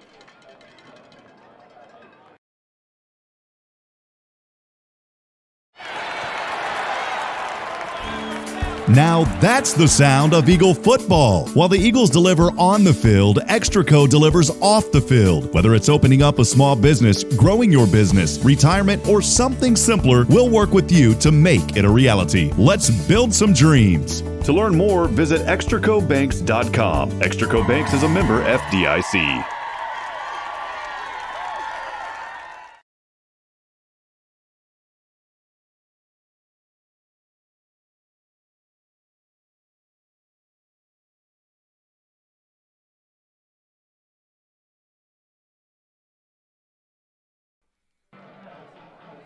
Start of the Extraco Banks fourth quarter. I'm your play-by-play broadcaster, Carl Schoening. David England is the color analyst. It's Manor possession and 1st and 10 at the 30-yard line. Holton the shotgun, a quick throw out to the right side, completed to Wabuko, and he is thrown to the ground by the Eagle defender Dre Langhorn after a pickup of a few yards to the 37-yard line. That was a wrestle move if I've seen one there on the tackle. And after the gain of 6, 2nd and 4 here. Manor likes to keep the tempo fast. They like to keep the ball on the ground for the most part. Binford and Chester on the right side, and now Nobuko goes into the slot right. Marshall in the backfield with Holt. Usually that means it's a run play. And it will be Marshall who gets brought down in the backfield. The tackle for loss made by Eagles linebacker in on the blitz, Matthew McCracken. That's a big stop on 2nd down, and 3rd and 6 here for the Mustangs. Trips left, single receiver to the right. Holt takes the snap, drops back, scans to his left. He's under pressure, rolls out to the right, points down the field, pump fakes, and then just lets it fly well over his intended receiver. Incomplete. That ball over the head of Levante Binford, and that is 4th down, and I think back-to-back 3-and-outs for the Eagles here. 3-and-out to start the It wasn't a 3-and-out, I beg your pardon, as they picked up a 1st down right before the 4th, but still here at the 4th quarter, they didn't let him get a 1st down. Great job by the Eagle coaches to make those adjustments at the halftime. Obviously, they saw something up here in the booth, and they made those adjustments.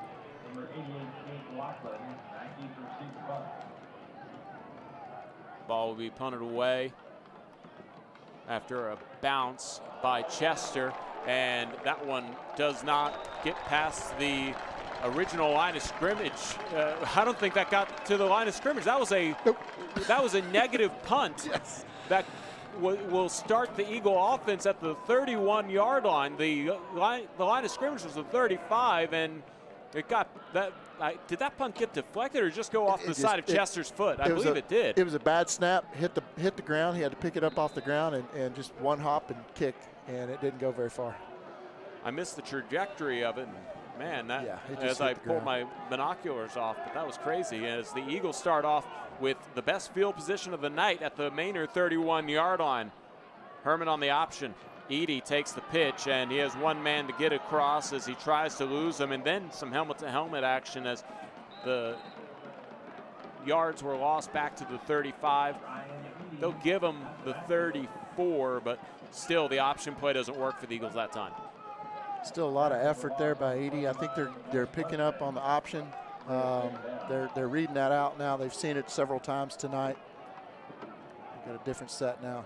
It's Court Sparkman in the pistol. Actually, it is Darson Herman. I beg your pardon. Herman keeps it. Now he wants to throw. It is deflected and ends up on the turf and out in the flats, just hopping on top of it. I think it would have been called an incomplete pass with Cade Laughlin, and that brings up 3rd down. Are they calling that a completed pass? There's no way they should call that a completed pass, but I guess they call it a lateral that Laughlin hopped back on top of as it was knocked out of Herman's hands. So a 3rd and long. The yard to gain is the Manor 21-yard line. Herman from the Manor 38. Herman the pistol with Edie behind him. Sends Bradford in motion right to left. Quick pass out to Bradford. He bobbled the pass, incomplete. And that stops the clock with 9:03 left to play. Eagles in the kind of no man's land, but I could see a punt being really beneficial right here if Herman can kind of angle it out. Honestly, yeah, I think they could just pooch kick it down here and pin the Mustangs deep. Nobody back deep to receive. Make them work the whole field. Nobody back deep to receive, and Herman will now drop back for that pooch punt. Angles it to the right side. It takes a nice Eagles roll. Let's see if the coverage can catch up to it, and they slow it down and down it. Great job on the coverage for the Eagles as Laughlin got the first hand on it, and then Dickman made sure that that one didn't go in for a touchback. Inside the 5, the Manor Mustangs have a lot of ground in front of them to try and retake the lead here. 8:53 left to play in the fourth quarter, the Extraco Banks fourth quarter. They sent the fastest kid on the field down there to go get that ball and down it. You know, he runs a pretty quick time.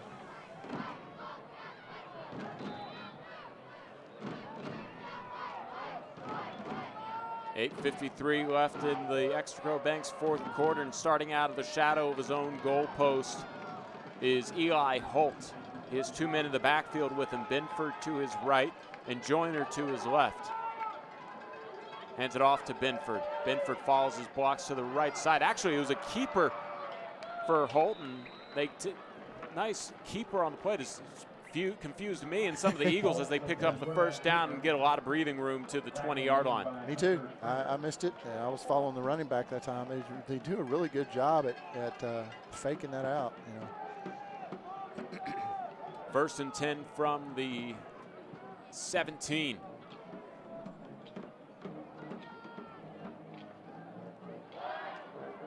Holding the shotgun, Joyner to his right. Quick pass out to the right side. It's completed to Nwabuko, and Nwabuko gets across the 25. It looks like a horse collar as a flag comes in on Langhorne. And that'll hurt the Eagles' cause and help Manor out by moving them forward after the result of the play. That hurts. You cannot create those kind of penalties. That's going to drive them 15 more yards down the field.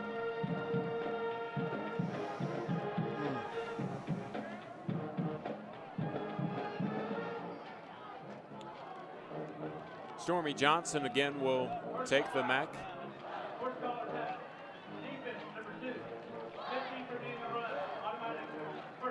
15 yards out and on the end of the run puts the Manor Mustangs at the 45-yard line, still in their own territory. That punt by Herman really helping out the Eagle defense, keeping Manor on their own side of the ball at the moment.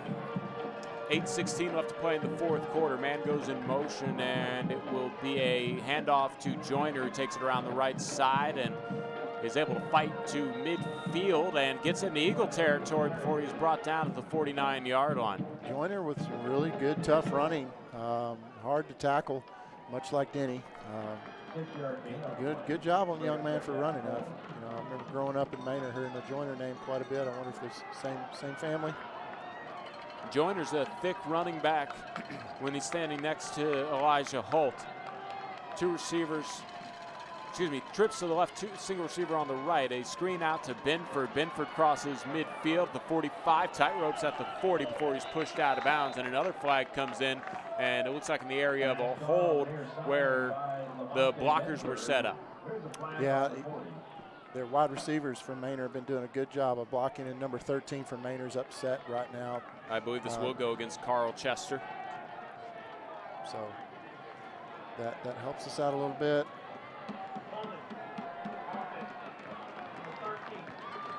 I believe Obina was getting held there.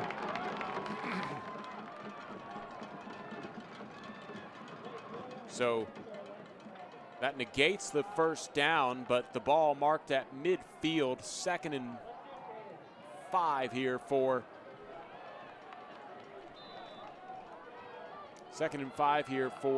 the Mustangs. Holt will keep it, and then he is brought down in the backfield, and Emmanuel Obina makes sure that play goes nowhere. Not fooled. Obina, not fooled at all that time. Good job. Hunter Springer on the tackle. No win on the play. Bring it third down. All right, this is a big 3rd and 5 for your Eagles. Really need this stop here with 7:04 remaining in the game. Trips right, Chester out on the wide side. It's a handoff on the end around to Binford. He's under pressure already, trying to make a few men miss, but couldn't quite get where he needed to go, and actually lost a yard as the Eagles just swarmed around him, and he had nothing to do but move laterally. 4th down here, and out comes the punting unit for the Manor Mustangs. The result is what we wanted, but Manor did get away with a holding there. The whole crowd threw their hands up and questioned why, but it's still 4th and 6. Lachlan back deep to receive this punt from Chester. Watch the fake. I believe you've got to be really careful right here. Manor would not hesitate to go for it here. And I believe a timeout will be called by the Georgetown Eagle defense as the coaches next to us were yelling next door, and 6:20 left to play in the Extraco Banks 4th quarter. This is a big opportunity here, and we're going to take a break, but stay with us here on SHN Sports.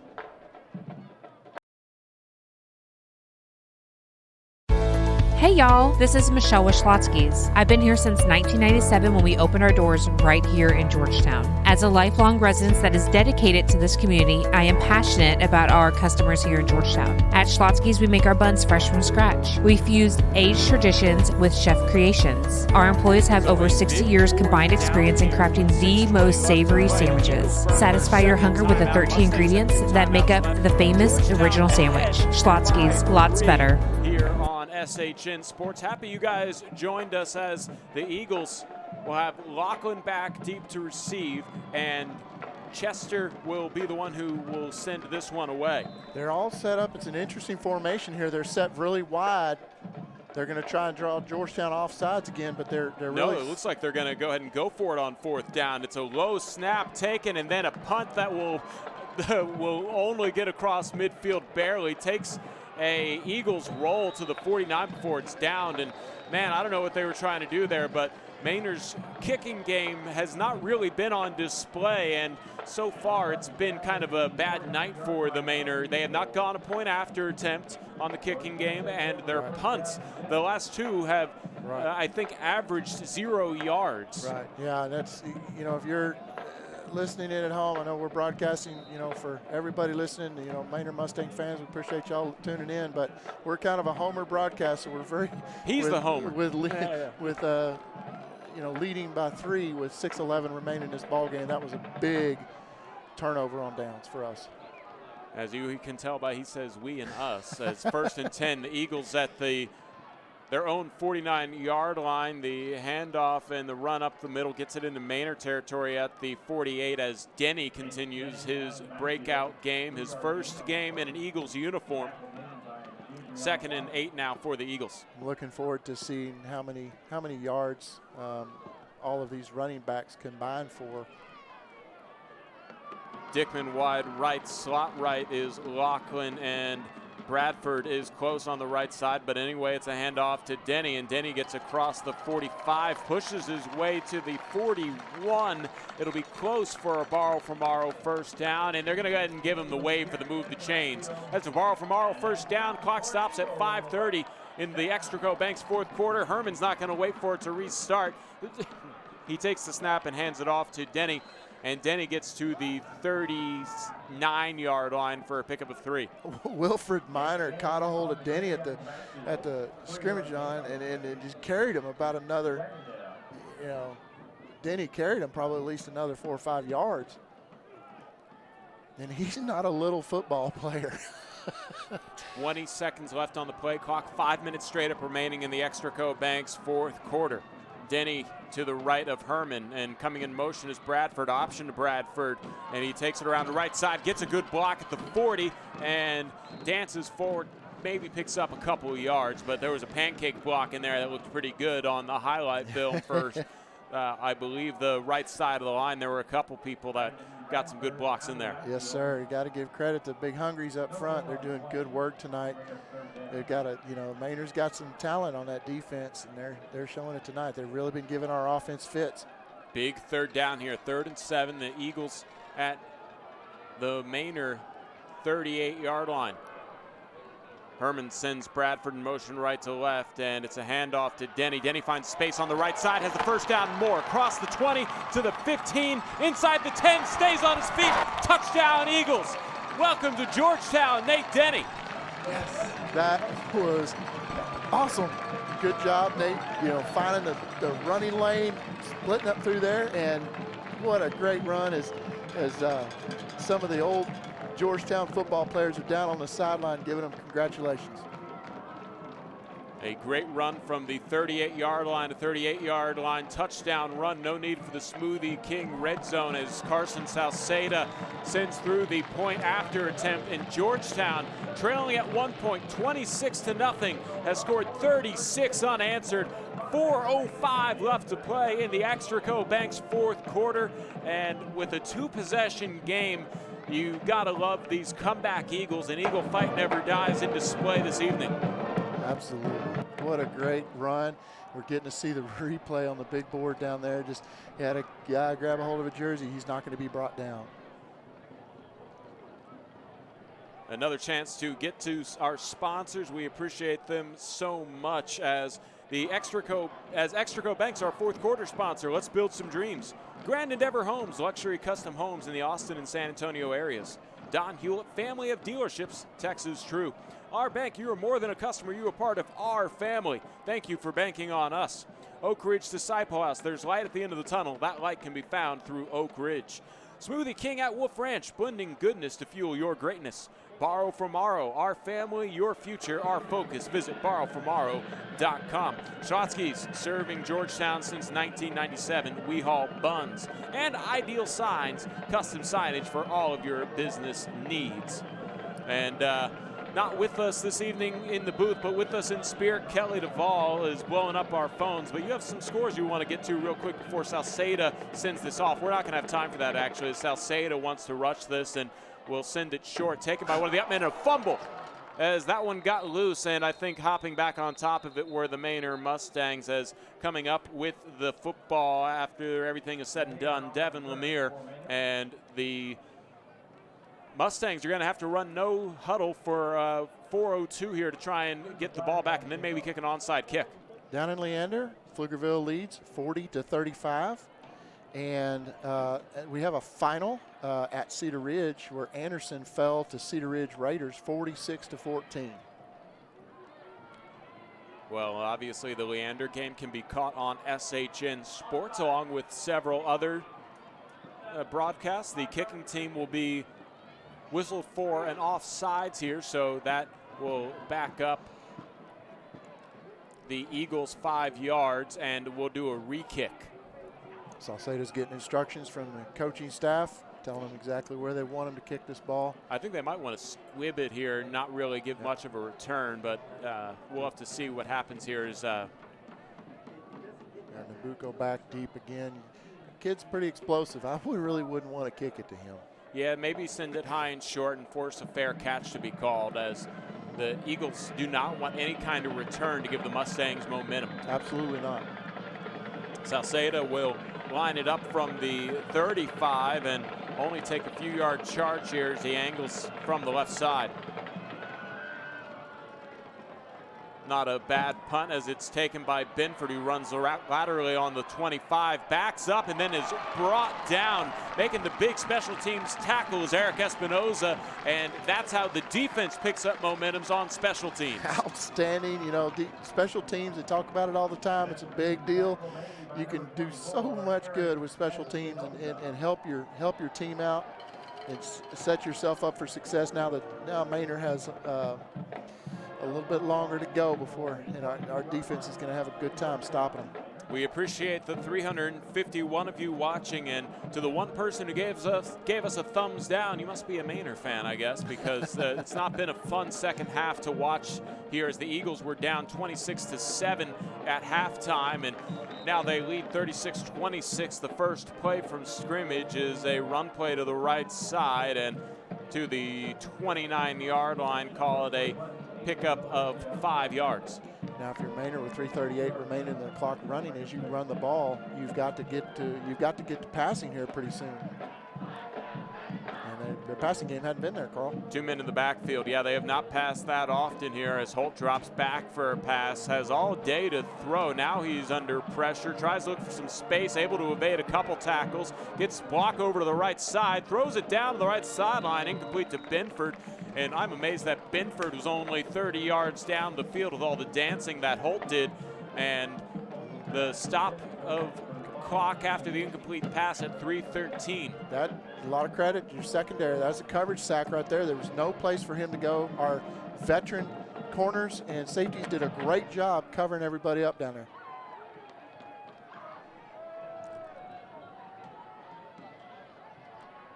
Trips to the left, single receiver to the right. Binford will go in motion left to right, gets the end around, and he is immediately met in the backfield by Emmanuel Obina for a tackle for loss at the 27-yard line. And 4th down coming up. If you're the Mustangs, you kind of have to go for it, but you don't really want to, considering the field position if you turn it over on downs. I'll tell you what, and you know, they might try some of that trickery because they've got 5 yards. If Georgetown jumps off sides, they get 5 yards and get the first down. So Georgetown's got to stay disciplined and not jump off sides right here. Trips left, single receiver to the right. Dropping back is Holt. Steps up, throws it to the right side. It's left side. It's completed, and brought down is Nabucco, and that's close to the first down. On the 4th down conversion, they go ahead and give it to him. Good stiff arm by Nabucco there. You know, evading the defense. 2:28 left to play in the 4th quarter, the Extraco Banks 4th quarter, as the Eagles lead by 10. They're, you know, the Mustangs are sitting there right in front of the Georgetown band and the cheer, and everybody's making noise right now, so let's hope we can distract them. Holt gives the handoff to Joyner. Joyner finds space on the left side across the 40 before he gets out of bounds to stop the clock at 2:22 in the Extraco Banks 4th quarter. And after the 4th down conversion, a solid gain and stop of clock on 1st down. They're going to need to have at least one explosive play through the air to maybe get this into a one-possession game, though. Let's keep them in bounds. Let's keep them contained and keep that clock running. Quick pass out to the right side, completed to Nabucco, and he tries to make one miss, runs into his own man, and then runs out of bounds after he crosses midfield. And I think if it weren't for his teammate Ike Isawane, that probably would have been more than just a first down across midfield, but running into his own man, trying to make a block, and he'll have to go ahead and settle for the clock stopping at 2:12. They want to keep this tempo going fast despite the clock stopping, though. Holt will send Binford in motion, handed off to Joyner, who goes right side, and then Joyner is brought down from behind. The tackle made by the Eagles, Levy Thorpe. I beg your pardon, that must have been Trent McConnell. Trent McConnell, 18, not 19, and gets out to the 40-yard line. We've got to bend, don't break. 150 left to play in the Extraco Banks 4th quarter. Dropping back is Holt. Throws deep down the left sideline and just out of the hands of Chester. Carl Chester had a touchdown if he were just a quarter of a stride further down the field. He's going to want that back because that went into his hands and he dropped that ball. That was a catchable ball, and he's crushed right now that he didn't catch that ball for his Mustangs.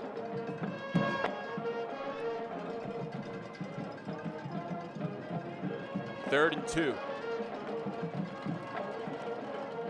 Holt with the zone read, gives it to Joyner. Joyner breaks a tackle in the backfield, but then is hugged and brought down. Nice play by the big man up front, Daniel Obina. He escaped that first tackle. Thank goodness those linebackers were there.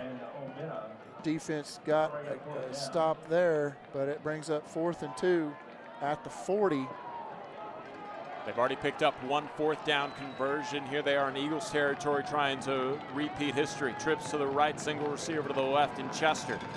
Holt calms down his teammates and has Joyner to his right, and I believe this is a timeout called by Manor. They use their second timeout of the half. With 1:02, they stop the clock.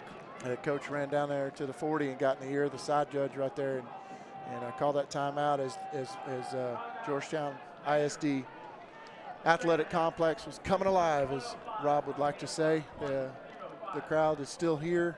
Not very many people have left, and they're making some noise for their Eagles to give them some encouragement.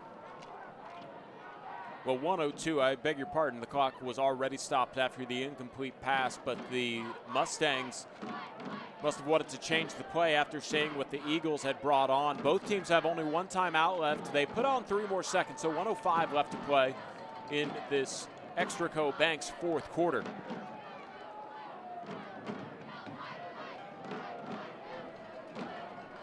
The cheerleaders that you hear in the background on your crowd mic, they're wearing the old throwback jerseys.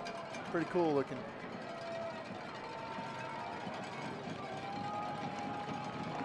Binford and Collins on the right side as receivers. Chester on the wide left. Joyner in the backfield as Nwabuku will come on the end around, keeping it as Holt. He tried to go behind his right line, and he is stuffed at the line of scrimmage. No gain on the play. Couple Eagles in there, but give Daniel Obina credit as he came up big on that series and stops the turnover on downs as the Mustangs had a 26-7 lead at the half.